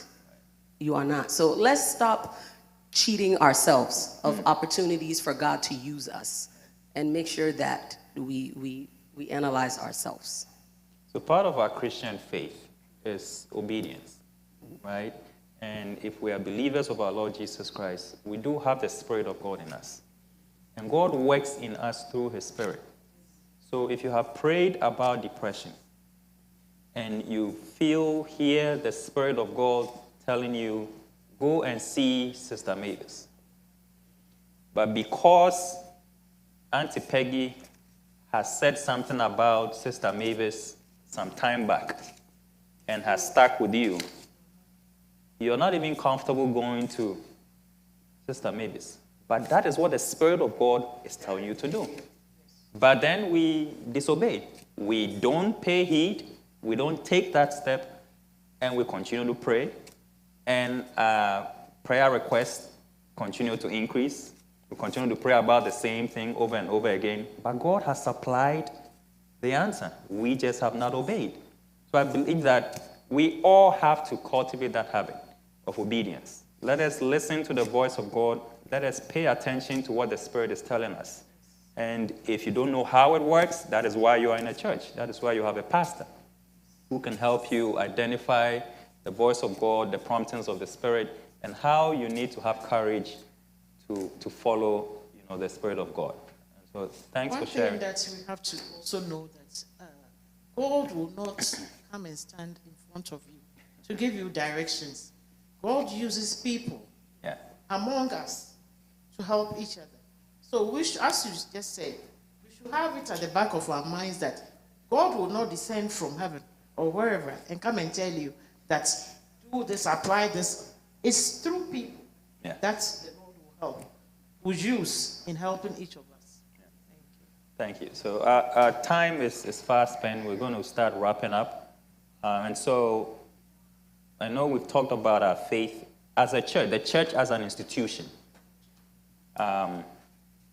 What can the church do to help someone who is going through some kind of mental illness, mental struggle, emotional illness, something that, needs attention? What can the church as an institution do? What kind of resources can the church provide? Okay, I will first of all say that the church needs education. Okay.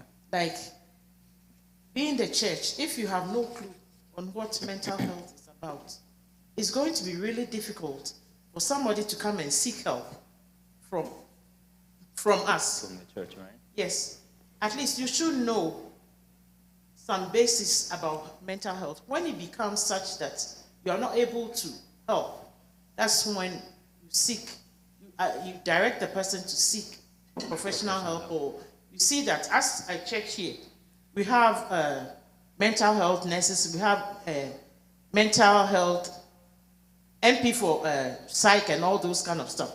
There are so many people that you may, unless you approach them, you may not know that they have even that kind of qualification. At least learn to share what you have so that people will be able to help you. That's what I would say. Thank you. Any of you want to add? So the church, if anyone among you is sick, let us respond. So it is the responsibility of the church, okay, to establish even physical health to mental health. Because every profession that we have, we are all believers, we are all Christians, okay. So sometimes it's been difficult for church members to open up to their pastors. But as a church, I think the time has come. I believe that Methodist Church, they've had another coordinating office. Yes, pastoral care. Pastoral care. Counseling. Yep. And counseling. So Pastor Richard did pastoral care and counseling. And sometimes the books that he brings home is the same books that I'm using. Okay. Only that he cannot give medication. Right. That is an extra thing that I do. So God has brought us together for a purpose. And the church has to recognize that. So all the coordinating offices that we have, the church is not always the praying, the tithe and the food. But most of the time we think that, because we have prayed, the mental illness or emotional instability that people are going through, they are gone. But we have to do follow-up as a church, So Methodist Church, we have our class system. It's a cell, it's a group of people so that we can open up. You might not want to stand in front of the whole Calvary and then the videos are on us and then you are talking. But when you go to class, we have resource people among us. I think we have to put the structure together. Once that we have put the structure together, so pastoral care, they are coming to take people from the society. Yes, right. So we have to build our trust in each other, because that is what God has given unto us. So the church can do much. The church has impact upon every human being, even unbelievers. Yeah. It's a fellowship of community of people that we influence, not only Calvary members, but still a community. As we are sitting here, you don't know what somebody is going through, out there. Yeah. So the church has, a lot to do. A lot to do. So. Let me share what I have here. It says, community and belonging churches can create a safe space where an individual feel accepted and supported. Addressing discrimination and promoting community can help build belonging and combat isolation. Advocacy and policy. Church can partner with mental health organizations, advocate for policy changes, and promote legislation for mental health services. Using social media for advocacy is efficient. Holistic well-being. Encouraging holistic well-being, physical, emotional, and spiritual, can contribute to better mental health outcomes. Remember, mental health challenges are not indicative of a lack of faith or moral failing. Instead, they require passion, understanding, and support from the church community. Okay, thank you. Thank you very much. And I would add to that, I definitely agree. The church has to be a safe haven. And so what do we expect from places that we consider to be safe? Support. I think that this platform that you guys created is incredible. Not only because this is an African church, and oftentimes because of stigma and taboos, we do not discuss such topics. So that makes this even more unique. I think once the individuals are through the doors, the church having some type of a support group, and maybe an appointed person where if pastor's not available, elder's not available, I have had time to build this rapport and this closeness with this support group leader where I know that no matter what I share, because we are all there obviously because we are afflicted in some type of way. It's almost like AA and other support groups. Yeah. Exactly, and NA, you know, you become, it's a community. Connected, and right. So I think the church has to be the ones to spearhead some type of a support group, a support network. Mm-hmm. Yes. Thank you very much. And we have a lot of resources, okay? We have a lot of resources in the community. So sometimes you talk to people and then, you know, you lost your job. And I ask you, go and apply for, you know, unemployment or go get food stamp. You know, you are like, really, me? Kobina, I'm going to get a food stamp. Yes, you are in crisis. That is why it was created. But most of us, we are like, me, going to fill papers. But we send papers for people all the time. You know, because of the shame, because of the stigma. But we've elevated ourselves. But so we find it difficult bringing ourselves. You are down in that to situation. Level. You know, it's temporary. It's not Right. that you are going to know, okay, so when I get food stamp, then it means I'm depending on the government. So are you going to starve? So we need that education. Yeah. You know, and as a church, there are so many resources surrounding us that we can open up to. You know, somebody needs food bank. You know, Governor, go to food bank because you need milk. Right. And you said, I don't want to go. I don't crying want to for give. food. And I'm crying for food. It's temporary. It's temporary. Not permanent. Exactly. Yeah. I think sometimes the church too can help us by maybe finding out where people can get resources and maybe putting it on Making it available. Making it available. on But sometimes yeah. it's difficult. Yeah. Where we come from, things are very difficult for Yeah. people. A lot of people find it difficult. Even approaching somebody that I need assistance is very difficult. So if the church can help by putting various resource centers and whatever, it should go a long way to help. Okay. Yeah, thank you very much. And it's something that we as leaders of the church will look into, especially the pastoral care and counseling coordinating office that the Methodist Church Ghana has created. I think it's very timely, and they're trying to replicate that in every society. Every society should have a team, a group of people who are professionals, are trained, and are trustworthy, so that they will serve the community, starting with its own members, referring people to such coordinating office.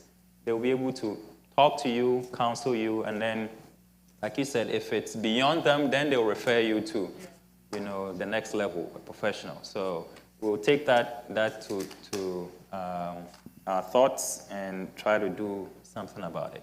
So our last two questions, and I intentionally left this at the end. Ultimately, everyone is responsible for their own mind, right? So what would you say constitutes a healthy mind?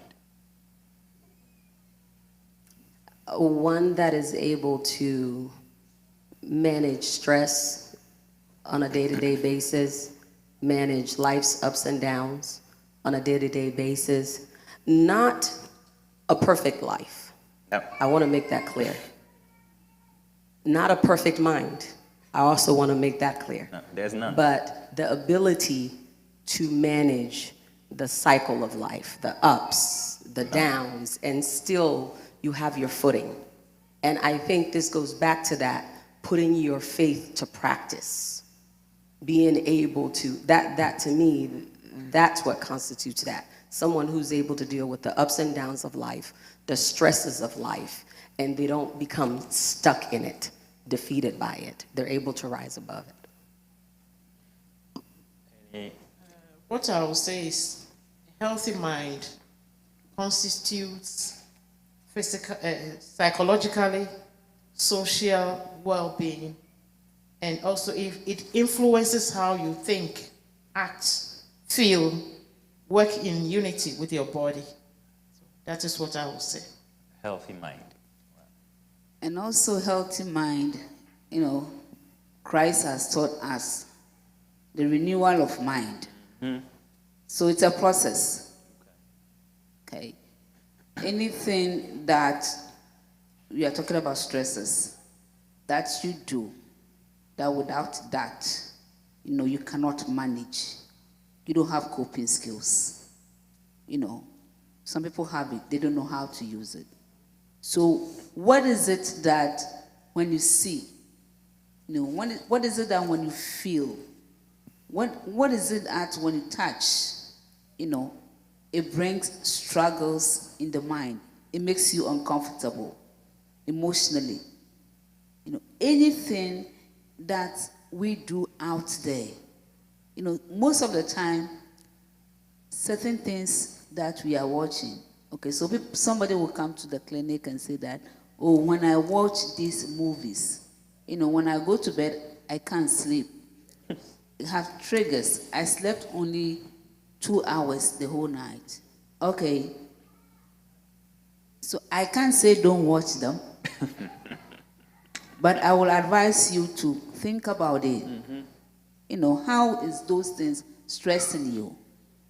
Can you give yourself a break of whatever that you are doing? Get some rest. Go out there and exercise. Go out there and get fresh air. So sunlight. So a healthy mind, as long as God has given us the ability to make wealth, let me put that way. Okay, let me bring. We also have to take steps to make sure that our minds, we are sound in mind. Because if you are not sound in mind, it affects your physical health. We say it every day. If you are not sound in mind, let's say sleep, even sleep itself. Sleep disorders, right? Sleep disorders, so it will affect your physical health. But sometimes, most of the physical health things that we go through, we think that, oh, because I didn't eat well. Yes, if you don't eat well, you are having, disorders. It's its own mental, emotional illness. Lack of sleep. So there are certain things that we have to take steps. And then we have to guide our thoughts, the things that goes through our minds, how we process them, how we take things, somebody struggling and it becomes your own struggle. Amen. Okay, let me give this. He said some key aspects of maintaining a healthy mind. The first one is nutrition. Consider brain-boosting diets, like diets that will help your mind diet, which focuses on plant-based foods and support mental focus and cognitive health. Physical activity, regular exercise, at least 20 minutes most days, enhances brain function and overall well-being. Intellectual curiosity, engage in focused thought, explore new ideas, stay intellectually active. Stress management, learn effective coping strategies to handle stress. Social connections, maintain meaningful relationships and connect with others. Mindfulness, practice mindfulness techniques to stay present and reduce anxiety. Adequate sleep. Prioritize quality sleep for optimum brain function.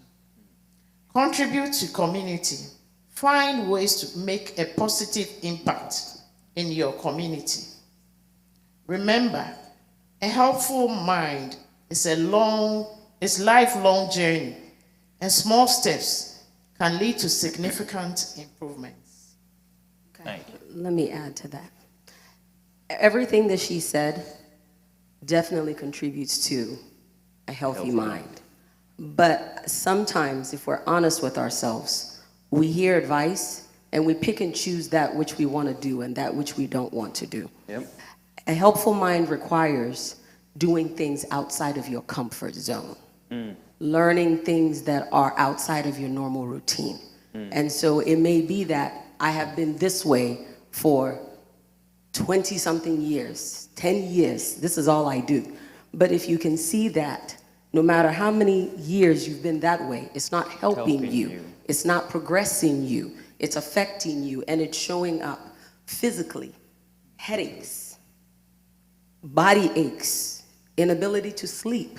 You are seeing and hearing things that are not there, paranoia, however it may manifest for you. That's the opportunity to go back to the box of offered suggestions and say, okay, there's 10 things here, let's say. And normally I pick these two because this is what I'm comfortable with. Right. It's easy. But maybe God is instructing me to do something outside of what I would normally pick. Because when we make different choices, we usually get a better outcome. Right. And so learning to do things outside of your comfort zone, learning new skills, creating new routines, looking and assessing yourself and saying, let me identify some of the things I'm doing that maybe is making my life or my mindset not healthy. And let me scratch them out. Though habits are hard to break, nothing is impossible for God. So every day you get up, okay, I've been doing this way. It's not helping me. Now I pick one or two different things from here. Though I'm not perfect because it's a new skill. It's like a baby learning to do something new. But today I struggled. 1 week from now, now I can do it. So now you're not afraid to pick from That box. Exactly. So learning to do things outside of your comfort zone. Thank you. Thank you very much. The mind is a beautiful thing. It is the source of our will, our choice, our thoughts, our imaginations, and everything that controls what we do. And so all I'll ask is that let us be gentle with our minds. With that, I would invite those of us here in the sanctuary, if anybody has a question, you are welcome to ask our panelists. If not, then I'll look at a few that have come from our online audience. So anyone here who has a question?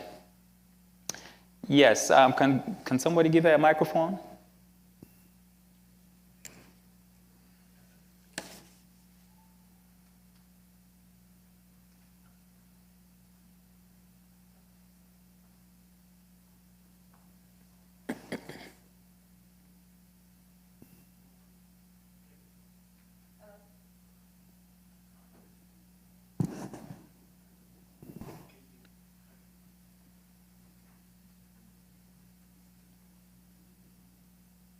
I don't think.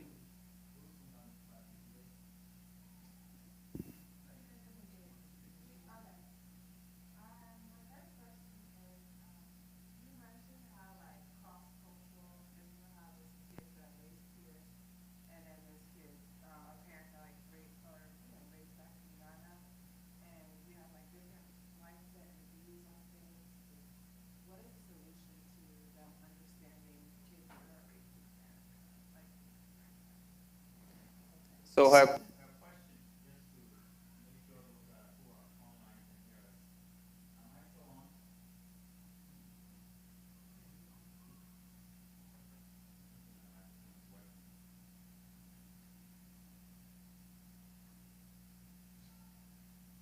Okay, so her question is about the cross-cultural backgrounds. Parents or some of the young ones are born and raised in Ghana. There are some who are first-generation, Americans here, born and raised here. And she's asking, when those conflicts arise, what is a potential solution? Okay, so from personal life experience, this is literally my life story. Right. And now that I'm older, I've come to realize my parents did absolutely the best that they knew how to do. And so it reaches a point where we can find common ground with our parents, we find that common ground. Where we can learn to appreciate them for their journey and their experiences, we respect that and we honor that journey and that experience. I think most of us who find ourselves in this kind of unique situation, a lot of times we want our parents to understand us and see our life from our point of view. Not to disappoint, but it will never happen. And the reason it will never happen is because they come from a different time. Opportunities that we have, they could only dream of. And so I think sometimes we have to just be grateful for the fact that our story looks different than theirs, but it doesn't mean that their story is any less important. And stop trying to get them to validate where we are and appreciate us for who we are and look at it as, I'm a piece of you. I come from you. But maybe my leg of the race looks different than yours does. So how about you learn to appreciate my leg of the race, and I also find appreciation for your leg. It can never be a comparison. Trust me, I've tried. I'm 44 years old right now, and I have yet to find that, mommy, yes, it's two different, you know. And so being patient with them, and also being gracious with yourself and understanding that any misunderstandings, it's not your fault, and it's not theirs either. You're just reading from two different books. You're going through two different journeys, but at least pay homage and respect to the fact that without them, you would never be. As without God, none of us would have ever been. And so for that alone, just respect them and let it be. You walk your race and, you know, respect their leg of the race. Thank you. And I think every parent wants the best of their kids. Okay? So American parents don't want certain things. We are looking at nurturing a child. Okay? Every culture, every parent wants the best for their kids. Okay? So the cultural differences is where I believe the struggle sometimes is. Most of the time, it's not the language barrier. You know, the norms, it might differ. But even if it differs, the end result should be that I have raised a child to this point, that my child is going to continue his or her journey. So that confusion that sometimes rises, okay? So I was born and raised in Ghana. I wasn't told by my parents that I can walk out around naked. They didn't instruct me that way, okay? They didn't instruct me that when you go out there, do whatever you want and come back home whenever you want. That instruction didn't come, okay? So when I go to school, I leave home and I go to school, I meet a lot of friends. But the expectation of each parent is that go to school, come back home, don't bring trouble. What about if I find myself in trouble? Then your parents will work hard to make sure that you get out of that word, trouble. So I think it's not a conflict. Like Sister Mavis said, we have to learn to appreciate. Most of the time our kids will say, even white kids.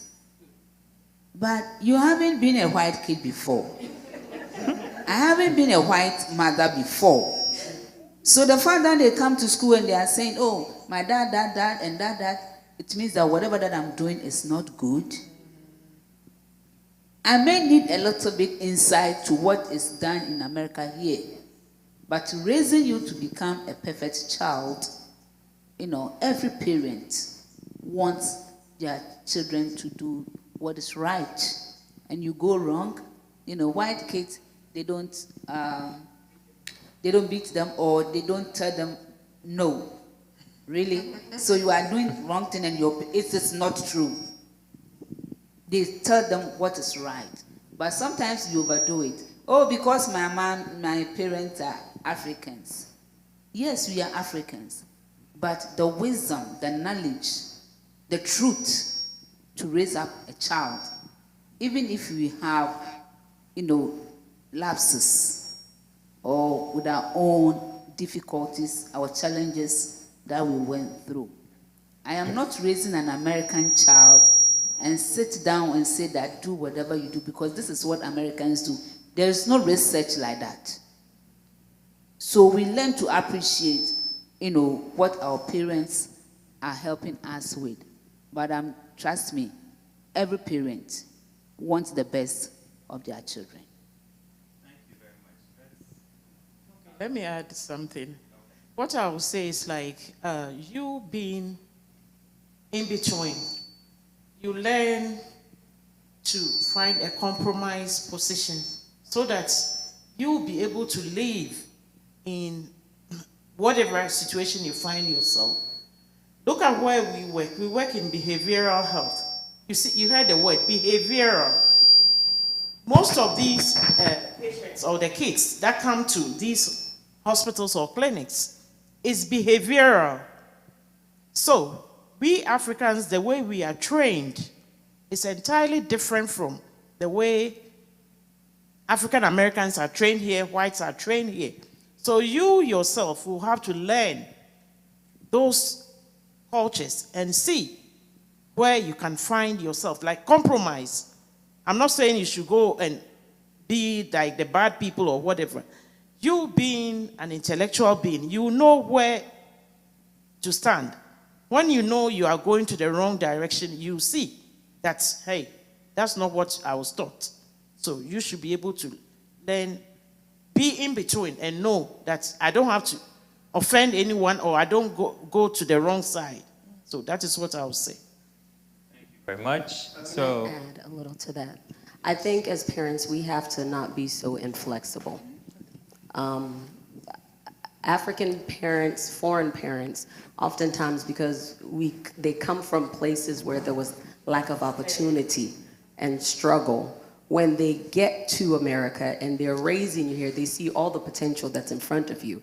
And so there becomes this very rigid, strict, inflexible way of parenting. But keep in mind what I said earlier. Our children go back and forth between two different environments. Who they are when they are at home with us and who they are when they are in the community, the American community, with their peers. And so if we are so rigid, then we are restricting their ability to make decisions and critically think on their own. And sometimes this puts them at a greater risk of falling for peer pressure because they're so used to waiting for somebody else to tell them what to do versus reasoning for themselves. So let's just be a little flexible. thank you. And Yeah, I think Yes. I want to come in with the question that our sister asked. And me being a teacher, I want to also look at it from that teacher point of view. That I think in America here, there's too much freedom. People look at, it's my right, freedom. And I want to say here that there is no absolute freedom anywhere on this planet.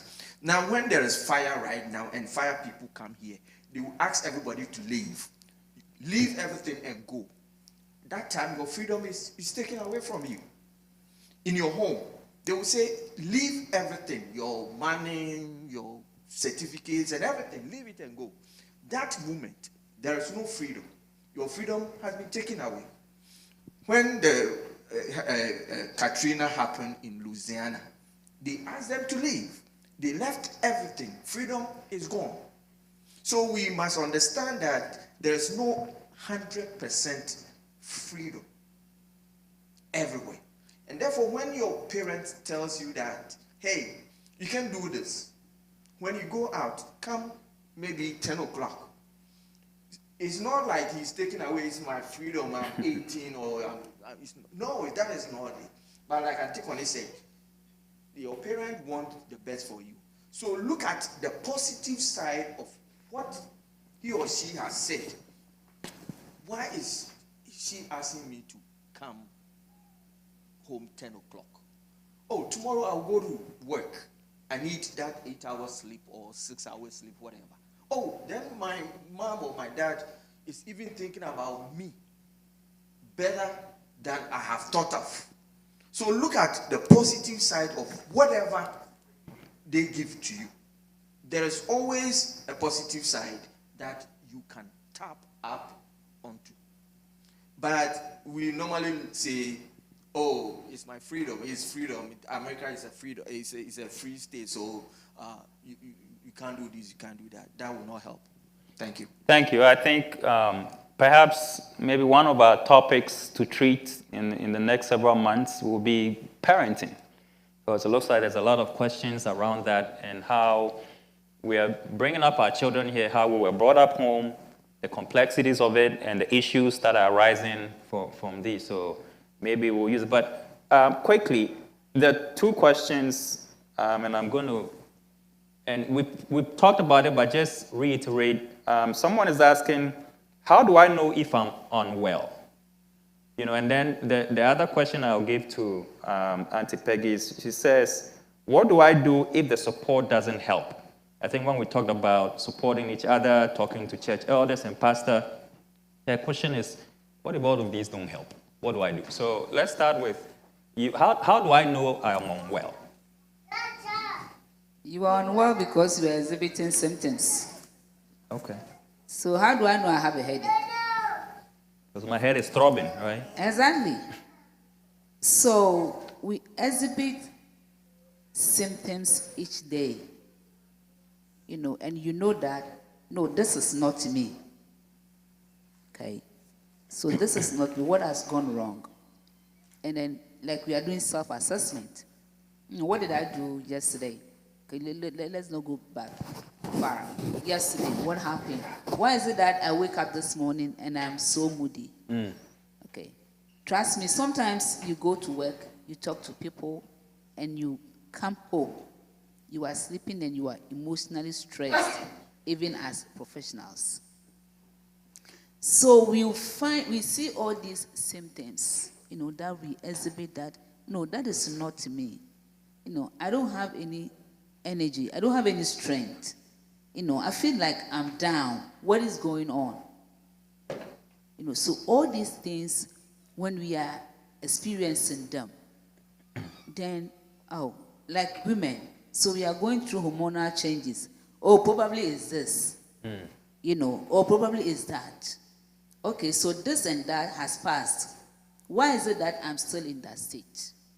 So when you go through that steps, you have to know that, something is not right. Right? Okay. Thank you. And support did not help. What do I do? What kind of support is the person talking about? You know, the first layer of trying to seek help, you know, talking to a trusted person, talking to my church elders or my pastor. And that did not go anywhere. What about the use of prayer? Having faith and knowing that God can help you in most of the things that we always pray about. Having faith is the importance of everything that we do. And if you say the support did not help, that is when, like the local support or what, that's when you seek the professional help. Professional help, right? Professional help is like always everywhere. You can even walk into even a pharmacy shop. You can even walk into any hospital, any clinic. Whatever help that you need, everybody is ready to help you. Okay. Sometimes we may not have a clue on any of these things, but the moment you are able to open your mouth and say it, somebody will definitely be able to assist you. Okay. Mavis, someone is asking, how can we handle bullying in children and the fear that comes with it? Just bullying in general. Bullying in general. Yes. Okay. This goes back to what I mentioned earlier. A lot of times, our children are afraid to talk to us. And so they seek advice from their peers who also don't necessarily know how to handle some of these things. And so if the bullying is taking place in school, initially I used to advise students to report it to the teacher. But we've come into a situation where we have teachers who want to be friends with the students. And so sometimes something that a student will confide in one teacher may very easily become the cafeteria conversation. And now the student finds out other people know as well. And so I would encourage parents to start whatever frequency, once a week, every other day, whatever, where you sort of give your children these like mini interviews, or you're asking them about their day. How was your day? You know, learn about your kids. Who are your friends? Like, do you like school? What's your favorite thing about school?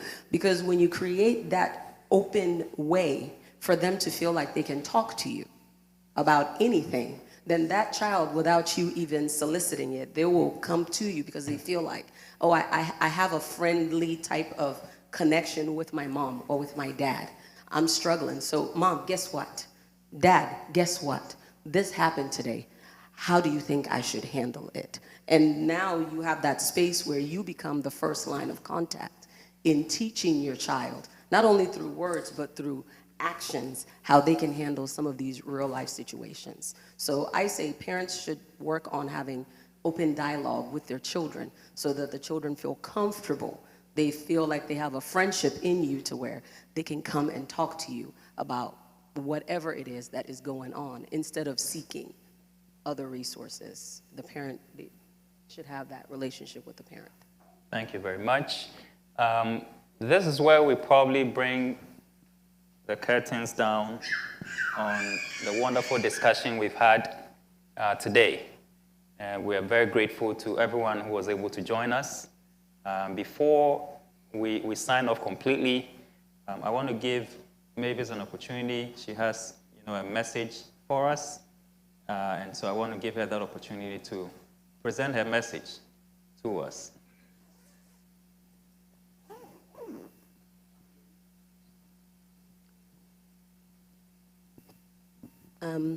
As a Ghanaian and also as an individual who believes in the power of having the right social support to address struggles and things that may happen to you in life, I really commend Calvary for what you guys, the steps that you're taking. This is a taboo topic, but you rose up to the occasion. And so for that, I want to say, just in my own way, on behalf of my company, Sankofa Counseling and Consulting, thank you. Thank you for creating a platform where a taboo issue such as this can start being peeled back like an onion and no longer be a taboo. Thank you for giving us the opportunity for others in the African community to see that there are individuals that look like them, that have similar background, that if they do need that social support, they could potentially reach out. And so I just wanted to present a small donation to the church on behalf of my business. Thank you, guys. Thank you. Thank you very much. Thank you so much, Mavis, for this honorable thing that you have done. We are very grateful to Sankofa Counseling and Consulting. We thank you for the work you're doing to serve the public, to serve God's people. And we're very grateful for your donation. I will present this to our pastor, and we would send our appreciation to you formally. So thank you very much. And we hope that every time we call on you, you would please make the time to come and share some of your work and experience with us. So thank you so much. And so, with that, I want to say a big thank you to our panelists once again. We had Mrs. Peggy Sam, who joined us. We had Mrs. Comfort Poku, and then Mrs. Mavis Boache Thomas. Thank you so much for spending this time with us, for sharing your experience and the knowledge that you have acquired over the years, enlightening us on this very, very important topic of mental health. Like you said, it's a taboo. It's difficult to talk about it, but it's necessary that we talk about it. We may not have exhausted everything, and so we'll continue with the education, with the research. And what I ask of all of us is that we continue to appreciate the community of faith that we have and continue to use the resources that are available to us to be gentle with our minds. I'll leave us with this final quote. I love to hear every day on the radio, and it says that this world is full of wonderful people. But if for any reason you cannot find one, then be one yourself. Thank you very much. Have a wonderful evening. Bye-bye.